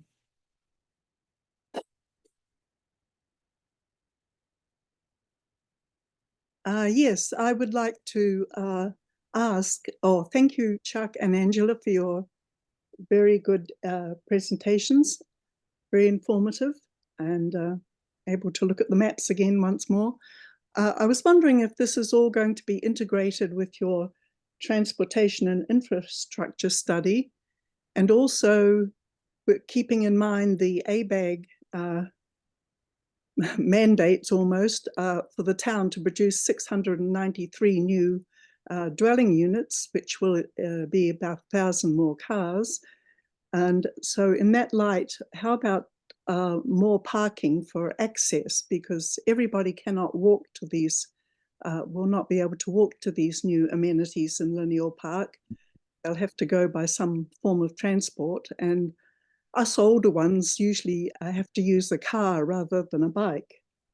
So, and in terms of the transportation, with parking at in summer there at the Blackies, there's the main paved park is usually full, and half the overflow, if not more. So were you planning on having more parking available? And also, maybe you should let the transportation and Tiburon Boulevard 20 million update happen first, and let them put in a few roundabouts, particularly a big 2-lane one at the corner of Trestle Glen and Tiburon Boulevard, and maybe a couple of smaller ones at Stewart and Gilmartin. Anyway, that's my comment. If anyone would like to answer that question. On the parking, I think that the consultants did mention that in one of the pieces, and then of course access that we've talked about. So thanks, Helen. But that's definitely, we'll make sure in our meeting that we have that again, access and parking. Thank you.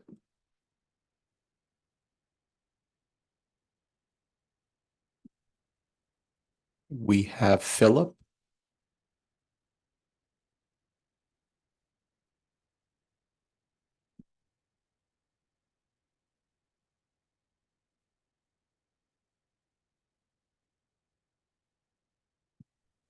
Hello?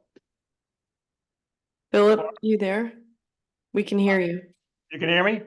Yes. Oh, great. Okay. I've often wondered, they're doing a great job with all these ideas. Was there any thought during this process of a building somewhat like a Mill Valley Community Center or Strawberry Community Center, or that never was broached? Because some of these events could all be done indoors, and that would reduce the noise, and it might give us more opportunity to have more activities for the community. So that was my major question. The other thought was if we need access at Blackie's Pasture Beach, maybe a small pier could be built to provide access for kayakers and people maybe with other floating things. Thank you. Thank you very much. Any other online comments? I see none. Okay.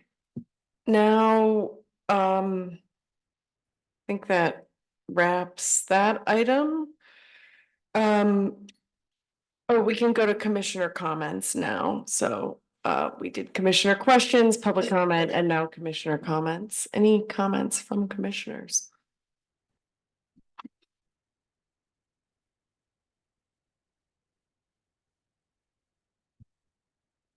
I have a few. I'm not sure how helpful these are for the moment. I'm definitely going to continue to stay engaged with WRT, but just a few thoughts. I'd be remiss not to make a few comments after seeing the presentation. So thank you, Commissioner Hornbrook and Commissioner McInerney. That was fantastic to kind of get an overview and an update.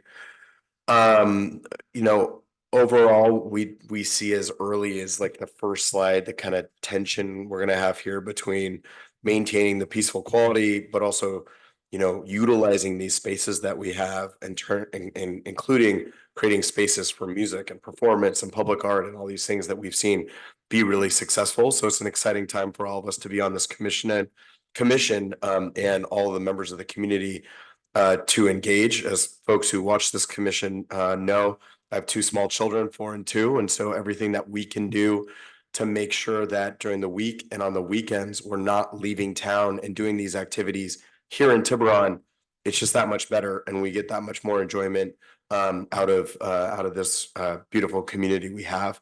I was really pleased to see some of the kind of early focus on things like accessibility, making sure that we have like increased connections to the different trails.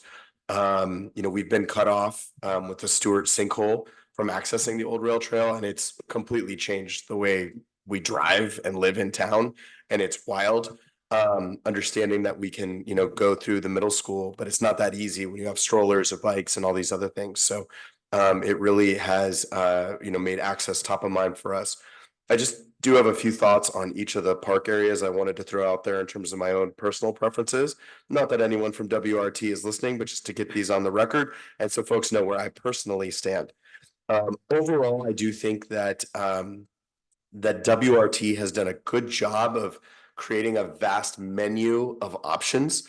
There are definitely some things I'd like to see also included, but I do think they've done a really nice job at least getting a fairly comprehensive list out there in terms of all the ideas that people have come to us with over the last couple of years, ones I've even had.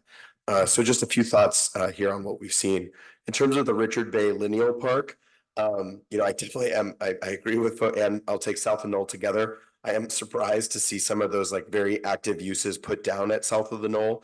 I do think a lot of those, if this happens with the ponds, that's a lot of space there. There's a lot that we can do with that. I mean, I walk past them all the time, and I'm really excited to see what those can hold. My personal preference will remain, I would love to see a skate park in that area, tucked right underneath Highway 131. It's loud down there from traffic. I feel like that's like the least disruptive place where it could go. Where the ponds are. Yeah, so they have right now, I think they have a skate park down potentially near the South of the Knoll, if I'm not mistaken on there. I could be wrong. So my personal preference as opposed to, tennis courts, pickleball, that's fine. I'm warm on that, but we have those in town. So I really would like to see something that we don't offer in town, and skate park would be top of mind. Down at Blackie's Pasture, I continue to love the idea, although somebody did bring it to us in one of our more recent meetings, and we didn't move forward on it, but I do love the idea of picnic tables with shade down at Blackie's. That is definitely missing, and it would be great to give families more of an opportunity to spend more time down there. Also, more playgrounds are always good, but I would definitely prioritize redoing and upgrading the existing playgrounds at South of the Knoll versus adding a new one down there at Blackie's Pasture. And then, the idea that I just don't really see getting a lot of traction, although I'm not opposed to it in any way, shape, or form, is just the concept of an amphitheater. The last item we have tonight is going to be McKegney use policy. And, over the years, we've seen there's been a reaction to even the concept of doing, any more noise down on McKegney Green. I'd like to see more activity down there, but I don't know how realistic the amphitheater might be. So I'm going to dive more into that one. On Heather Park, I missed a lot of the pool being put down there, so I'm not sure how realistic that one is. But I do love the idea of a small play structure down in that area. My kids use that parking lot all the time for learning to ride their bikes. And I think that an additional play structure near downtown that we could walk to for families would just, mean that we could go downtown, not have to go all the way to Belvedere Park, but stay within Tiburon. On the Belveron Mini Park, absolutely love the idea of the bike loop. That is a great place to teach kids how to play bikes, how to ride bikes. And that is an extremely underutilized area. We did see during the early days of the pandemic, some of the older kids were building jumps and some pretty interesting and cool stuff and innovative stuff in that area. So there's some good land to be used there. The one thing I didn't see considered anywhere, which we don't have in Tiburon, as far as I know, that is public, which is a basketball court. I'd love to see a basketball hoop put in that area. And then to me, the most important thing of all of this, talking about individual items that are within this proposal as we're moving forward, is bringing the trails on the ridge together. And it's titled in there as the Alta Robles or Alta Robles Future Trail Connection. I'm pleased that that's part of this. I'll have to dive in hard, like more on that, because the continuous ability to hike from downtown all the way through the Middle Ridge, all the way down, will welcome the traffic in my own neighborhood. The ability to actually connect that really will be a game changer in terms of people coming to Tiburon to hike that trail. It is such a beauty. And it's just not something that I feel like a lot of people who are in the city or other parts of San Francisco, you know, they know Tam, they know Angel Island. I don't know that many people consider that as a really strong hiking area, and I'd love to see that change.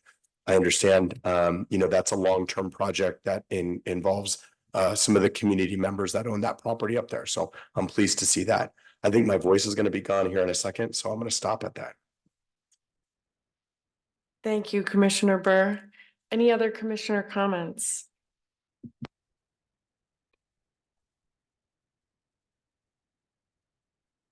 Yeah, so I think a lot of great work has been done on the master plan, and the ideas and the engagement from the community seems to be good, and it could always be better, but it sounds like there's been a lot of outreach and we've gotten some good opinions and thoughts.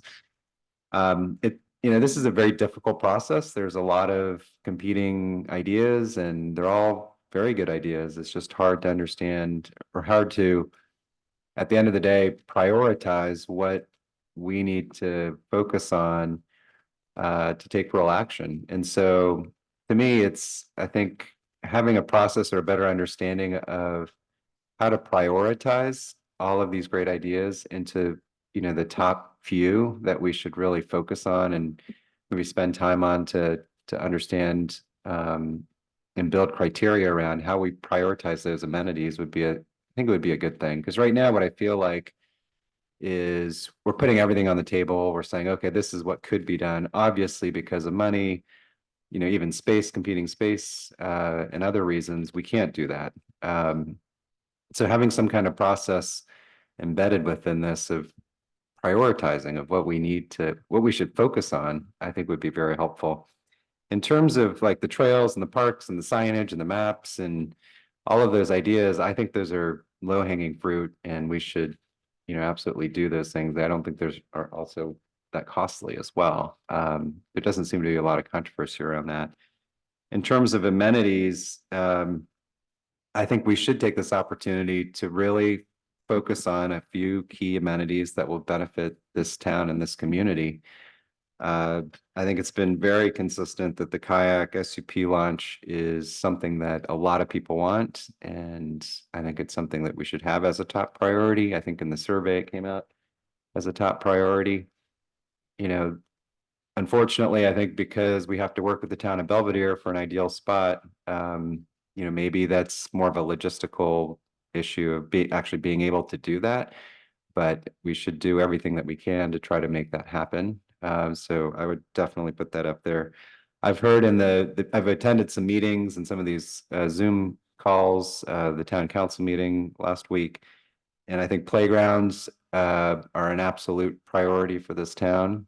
You know, I think we should elevate that, making sure that the existing playgrounds that we do have are appropriate in terms of the structures that are there and whether or not amenities like bathrooms are needed. And then if we can find, you know, another key location or two possibly of adding playgrounds for our community, I think we should definitely prioritize that as well as part of the plan. No surprise, but pickleball was enthusiastically supported, at least in the city council meeting last week. I think there's been a lot of people communicating to the town on the benefits of pickleball, what it does for the community in terms of, you know, building connections and building friendships and really getting people to have a sense of a true community and belong to. The positives there are enormous. It's diverse. I've heard that old people play with young people. You got teenagers playing, you got men, women, all different ethnicities. You got, just a very rich and diverse demographic that play. And I think it's a great thing for Tiburon if we can incorporate that. It's healthy. I think it can bring business activity to downtown. So I think the businesses downtown would be very supportive as well. Obviously, the biggest complaint is the noise, and I'm very mindful of that. And so I think we should incorporate into the master plan that there will be strong noise mitigation measures wherever it's located, including exploring the option of covering the pickleball courts. But I think that absolutely should be a priority in the master plan. And then the last one that I keep hearing from a lot of feedback is the pool. This one I don't know enough about, and I think this is when WRT comes back with the cost and the operations and maintenance, potential liability issues for our town, and some of a better understanding of the other options that people can go and have access to pools today, I think would be very helpful to better understand. But from an interest standpoint, it's been clear that people are interested in a pool. So I think that's something as a priority we should look into. I think there's more information that we need in terms of cost and ongoing maintenance and alternatives around that. I mean, one thing that I would say is I'm assuming that we're not going to build a pool to run a money losing operation and bring, Tiburon into more of a deficit, so to speak. And in order to be break even, you're going to have to charge money for that. So I'm not sure if all the people who are proponents of a pool are thinking that they're going to get a free amenity from the town of Tiburon, or, if these people would be willing to pay, rates that could obviously make that operation a break even operation. So I think that's a consideration as well. But yeah, no, I think we have a historic opportunity here. I think it would be helpful if we can try to boil this down into some sort of direction or recommendation with key priorities highlighted, and I guess try to shape this thing to be a little bit more manageable in a way. It feels too much like a smorgasbord right now in a brainstorming dump more than anything else. And I don't want to take away from all the great ideas and the work that's been put in, but I think it's time to now start crystallizing this into something more actionable. Thank you. Thank you, Commissioner Moon. Okay. Any other commissioner comments? Well, first, thank you for your guys' comments, and I just want to let you both know, and Chair Judge as well. Any other comments? We forward all these to the consultants. So so they do get forwarded to I just want to put you guys to what's important and all those comments. So totally do. I think it's also important, and I didn't mention it during the presentation, and it will be part of the study, is the amenities that are here. And I think you're right in terms of priorities, Commissioner Moon, is identifying those that there is no substitute for, that there's no other, or there might be something very far away. I think that's an important, and the consultants will be including that. So for example, the pool, right? So there's a pool at Strawberry Rec, and they're also going to get an understanding about the financial how much it costs Strawberry Rec to deal with their pool. So that's so we'll have that information. But there's also a pool at the Mill Valley Community Center. So they will add that, to say oh, there's a distance to these areas, and so that will be. So I think it's important. So it is that uniqueness and that ability that there isn't something else there. So those will be included. And Angela, maybe you had any other feedback from theirs. I'm just looking through the notes. And yeah, the uniqueness of all those components. I think that's the piece. Also, I think that on the like, for example, SUP and kayak, everyone said like, we live near the water, but yet there's no access to the water. That just seems difficult. So I think that I want to revisit the study that the county is doing for the restoration of Richardson down at Blackie's Beach there that they're planning on doing, and seeing if there's a possibility. And then, I mean, Commissioner Burr, you're probably a bigger expert on the SUP capabilities of that entrance right there at the north end of, I mean, it is closed during a good part of the season, but it's still open during a lot of parts of the season too. It's a little windier, and yes, knowing the tide chart is always important. Yeah, just responding on that. Yeah, the beach restoration project down there, I think will make it just that much easier to go in and out. But I mean, yeah, it's just the time of year. So Yeah, that's just the challenge of that. But so all of these comments and continued comments during this. So, and when we do, and I'm glad that we're going to add these to our every other month meetings to go through that and provide opportunity for you guys to give feedback, but also for the public to give feedback. So. Excellent. Thank you so much again. Very, very helpful discussion item. And I look forward to having more of these in the post meetings. And thank you to everyone who participated. This is all a very big deal. Okay, let's move to the final item on the agenda, which is an action item. And this action item is concerning the field use policy at McKegney Green. And what we're meant to discuss here is whether we should create a subcommittee to review and recommend changes at a future meeting for the uses of McKegney Green. We've got some mail and late mail that are both explaining potentially some tensions in current use. So that's what we're gonna talk about. Do we need a subcommittee? We will have a staff report on this, right, David? Yeah, so pretty quick on this one here.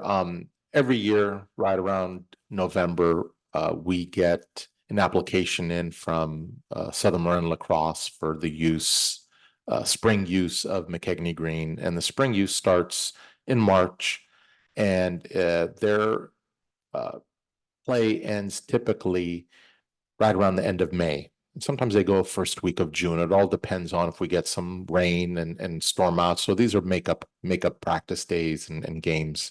So that's one. And then in the fall, sporting season is soccer, and they typically start in August and then continue through the first couple of weeks in December. We have the rest of December and January and February. Those are months that the field rests, and then also the month of July that the field rests. But soccer also has spring play, and every year we try to coordinate both soccer and lacrosse so they can use the field equitably. But the problem is lacrosse is the sport in season, so we're always having issues with who has the priority, who can use it, how long. So it just becomes an issue. But the problem is the problem that I'm seeing here is that both lacrosse and soccer cater to Tiburon children. So they're all Tiburon children, and they're both in group 2. So the last time this policy was looked at and vetted by Post was back in 2021. And in 2021, we had a lot of, we spent probably about 6 months on this. Post came up with a lot of great ideas, including, amplified music for special events, bringing in food trucks for special events, a lot of ideas. In the end, when we went to town council, we just kind of kept it the way it was. And in there, we did add some additional groups, one being group 5, which is adult soccer play. But I just want to say here that based on the usage from soccer and lacrosse, there is no room for any other groups on that field. None. Today, we did get a call from a Tiburon resident that wanted to have a neighborhood type flag football, no cleats, in August, she said about, 10 of their neighbors with the kids, they probably have about 30 kids out there, they want to rent it, but the problem is there's no room. Soccer has it on that day. They're group 2. They would be group 5. So what we'd like to do here is have the post commission create a subcommittee to review the usage of McKegney Green, because we know we are not going to be moving forward with some of the items that we discussed 3 years ago. But we'd like to move forward with usage, meaning who can use it, look at the groups. Do the groups need to be separated? What entity belongs in each of those groups?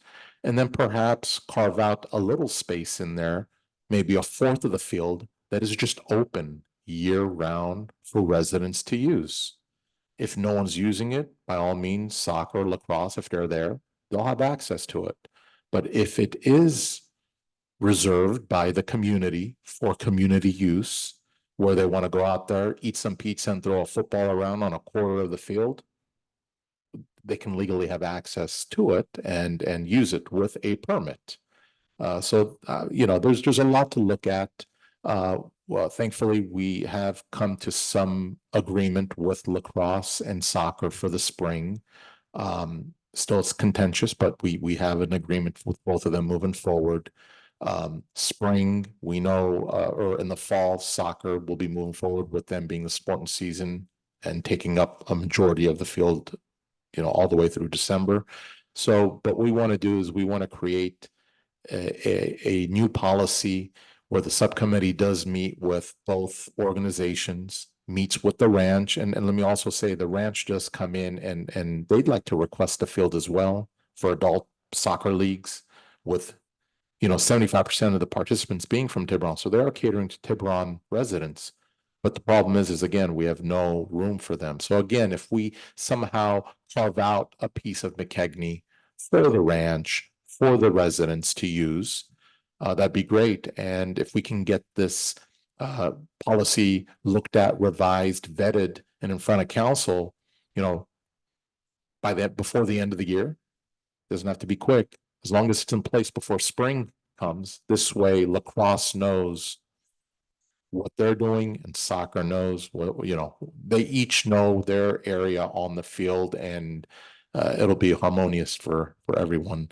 We did have a meeting maybe a couple of weeks ago. Commissioner McInerney was in that meeting with Council Member Nick Farr.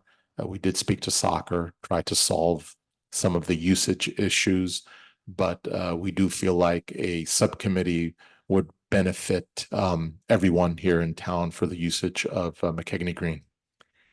Great, thank you for that briefing, David. It sounds like demand has increased significantly and it's time to review, think of a new scheme or review how the time on the field is managed and how groups get access. So do we have a motion to create a subcommittee? Happy to, I think I have enough here to make a motion. We need to open it up for public comment. Oh, I'm sorry, jumping the gun. Yes, and we might have some public comments, so we'll go to public comments.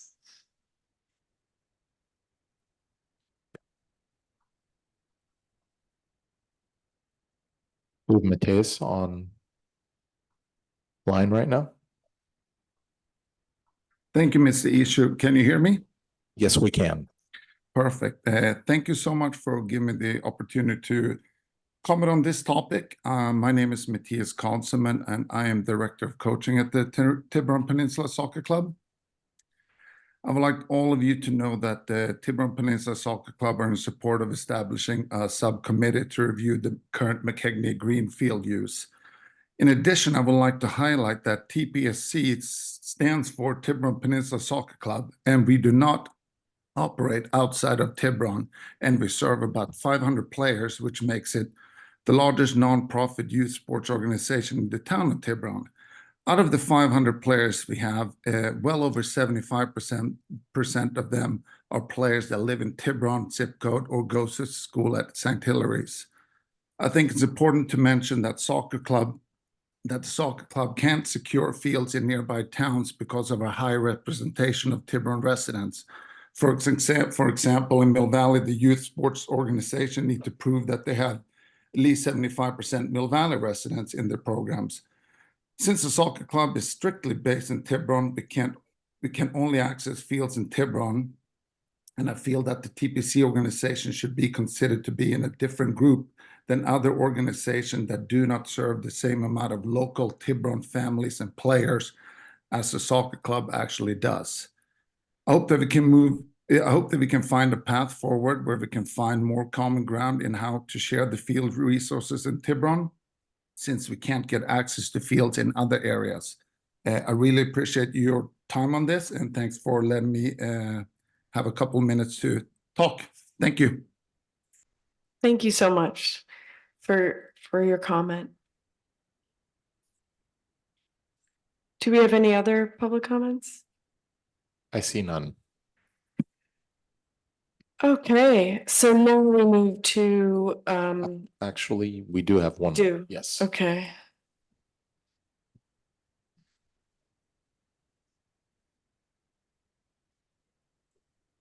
John? Yep, can you hear me? Yes, we can. Hey, great. How is everybody?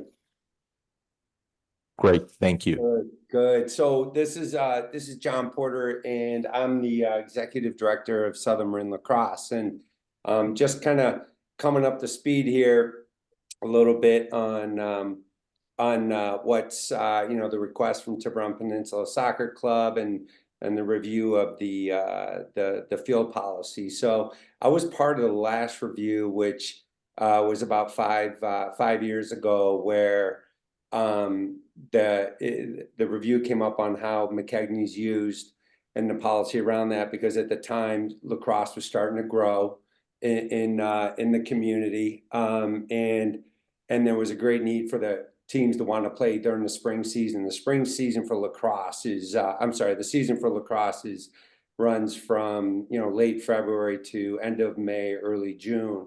So we had a lot of Tiburon residents playing in the club, and they wanted to use McKegney. So we obviously spent a great deal of time with the town, the committee, full 9 yards, and the policy was put in place. Now, over the last 5 years, the sport has grown a lot in the town of Tiburon, and there's a lot of kids playing, a lot of teams playing, and each year we will work with Tiburon Peninsula Soccer Club and work out the the schedule on the field. This year was an exception with the amount of kids playing in town, and trying to fit all those practices on the field throughout the course of the week. Our coaching staffs are made up of all volunteer parents that also live in the community, and we're at the mercy of their schedules being able to host a practice for the kids. And there's just a lot of variables that I think are quite different from how the soccer is run in the fall with professional coaches and having a set time. So we're at the mercy on everyone's schedule, full 9 yards. And so I bring these points up to you because we tried to work with soccer as much as possible to get them as much space as possible. As a result of that, if you go out on McKegney Tuesday, Wednesday, Thursday, you will see a ton of kids out there playing, because we moved that time off Monday and Fridays to make room for soccer. Unfortunately, it's not as much room as we could make for them in the past to be able to provide the families with the practice time that they needed on the field. But I understand soccer's not happy with it, and we're at a point where we're going to review the policy and full 9 yards. From my perspective, we're 100% in compliance with how we've done this whole procedure and process. And I a little bummed to see that soccer is still upset, and we're kind of going back to this point. I'm happy to participate or answer any questions you might have. The last thing I'll also note, I guess it was brought up, my who the head of Southern Marin is, or the executive director. Again, I'm the executive director. Shannon Neese, who's our chairperson, is a Tiburon resident, has been for many years. I've been the executive director for over 10 years. And so I just bring that up because I guess apparently that was a point that was made to the commission about my current living situation, which has to do with a family matter, which I would prefer not to have to talk to about in an open setting. But if anyone has any questions on that, feel free. Thanks, John. Okay, any other public comments? Thank you, John. I see none.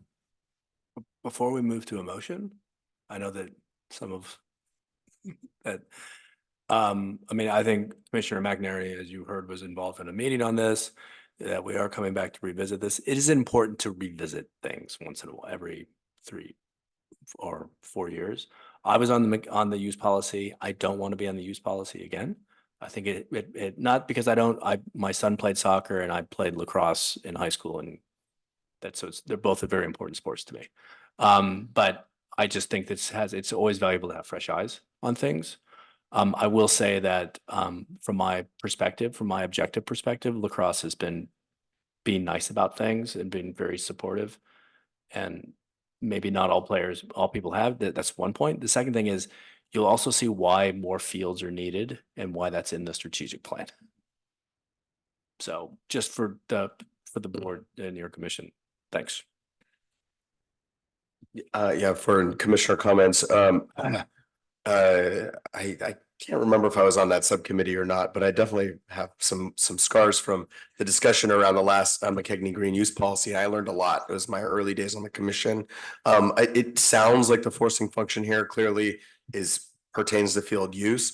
The only comment I wanted to throw out there for the commission's consideration is, I mean, I'm inclined to make a motion here that is, focus on field use here and as opposed to just kind of reopening the entire policy and revisiting some of the things we talked about a couple of years ago.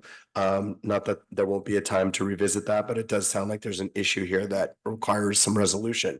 So just wanted to throw out there that I'm inclined to make a more specific motion as opposed to just a complete review of the policy. Can I ask, what are the other? And without falling into. No, totally. Yeah, no, I mean, we made some recommendations a few years ago, like about amplified sound. I think some of the folks wanted to be able to do events down there, and we revisited the alcohol policy at that point. That was a popular one to talk about. So some of those other things that are included in the policy, we've done to dog use each time. So I don't know that we need to go revisit that. So it's just some of those other items. Yeah, that's great. I think that's great. And I will just, for my comment, I will say that, I would support that, just keeping it focused on field use. Sounds like there's been some, maybe some tension about uses, and this is just a natural outgrowth of demand, which is a great thing in our parks. And the point of a subcommittee is to remove the tension from the folks who are all just trying to play their sport and have fun. And so a subcommittee would just give a fair review of this and make sure that the policy is fair toward everyone. And hopefully that means that, nothing's personal and everybody can enjoy the field. And at least know that anything keeping them from that is pure fairness and equality in the community. So I had a question. So how many people are gonna be on the subcommittee? 2, all we need is 2. 2 from the posts. From posts, yeah. Okay. And the subcommittee's recommendations, do they go to here? And that's a final word, or then it goes to No. city council? We would vote, the subcommittee would bring the recommendation to post would vote, it would become an action item, post would vote. Our vote simply recommends it to the town council, and then the town council will take it, we'll do a vote on whether to adopt it or revisit it themselves. Would it make sense to have someone on town council on that subcommittee? It's not. David, you can answer that. No, town council has tasked us, the post commission, to overlook the parks, trails, come up with recommendations to town council. So this has come to staff's attention, so staff is now bringing it to post to form a subcommittee and come back to the post commission for recommendations, and then post commission at that point unanimously recommends those actions for town council consideration. If we can make a subcommittee. Do we need volunteers or can we make appointments? We can make appointments, but if there's anybody who would like to be on this, it would be helpful if anyone wants to volunteer. Speak up. I would like to speak up that I do not want to be on it. That's- I'm sorry, I've already Who done knows? the field use policy once. I've tried to talk to the soccer group and lacrosse group and help them find middle ground. And I'm on the Parks Master Plan, which is taking up a lot of time in addition to my other volunteer pursuits that I seem to be a professional volunteering. Well, we know your subcommittee service on the Parks Plan is a big time commitment. Well, I think that leaves you and me, Michael. I'm happy to volunteer. And just so that the commission knows, you will be meeting with both soccer, lacrosse, the ranch, And you'll get paid the same amount of money you're getting paid now. and Public Works, our Public Works engineering technician who actually issues the permits.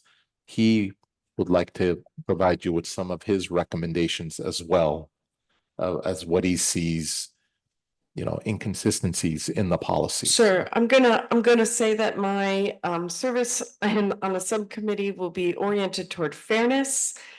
I am gonna stay away from personal issues and recommend everyone else do too. And I'm also not looking for everyone to be happy. If something is fair, it is fair. We're just gonna try to work it out. Yes. Um, Okay, so I'd like to make a motion, if I may, that Post creates a subcommittee to focus on field use, specifically item number 3 in the use policy, field priority for reservation, exclusive use. And Sorry. You done? I'm done. And then after we make yes, we'll have a subcommittee, then we'll, after that, make nominations for committee members. I'll That is- second that. Okay, Motion. I'll take roll call. Chair Judge, yes, Vice Chair Holmbrook, Yes. Commissioner McInerney, Yes, Commissioner Burr, Yes. Commissioner Moon. Yes. Motion passes. So now we move on to the subcommittee creation. I suggest that I'd like to nominate Chair Judge and Commissioner Moon to be on the subcommittee. I'll second that. Third that. Commissioner Moon, do you accept this appointment? I do. Sure. Okay, I'll take roll call. Chair Judge, Yes, Vice Chair Holmbrook, Yes. Commissioner McInerney, Yes, Commissioner Burr, Yes. Commissioner Moon. Yes. Motion passes. thank you. Okay, that is the conclusion of all the items on the agenda. I think I can just adjourn the meeting, right? Meeting is adjourned. Thank you, everyone.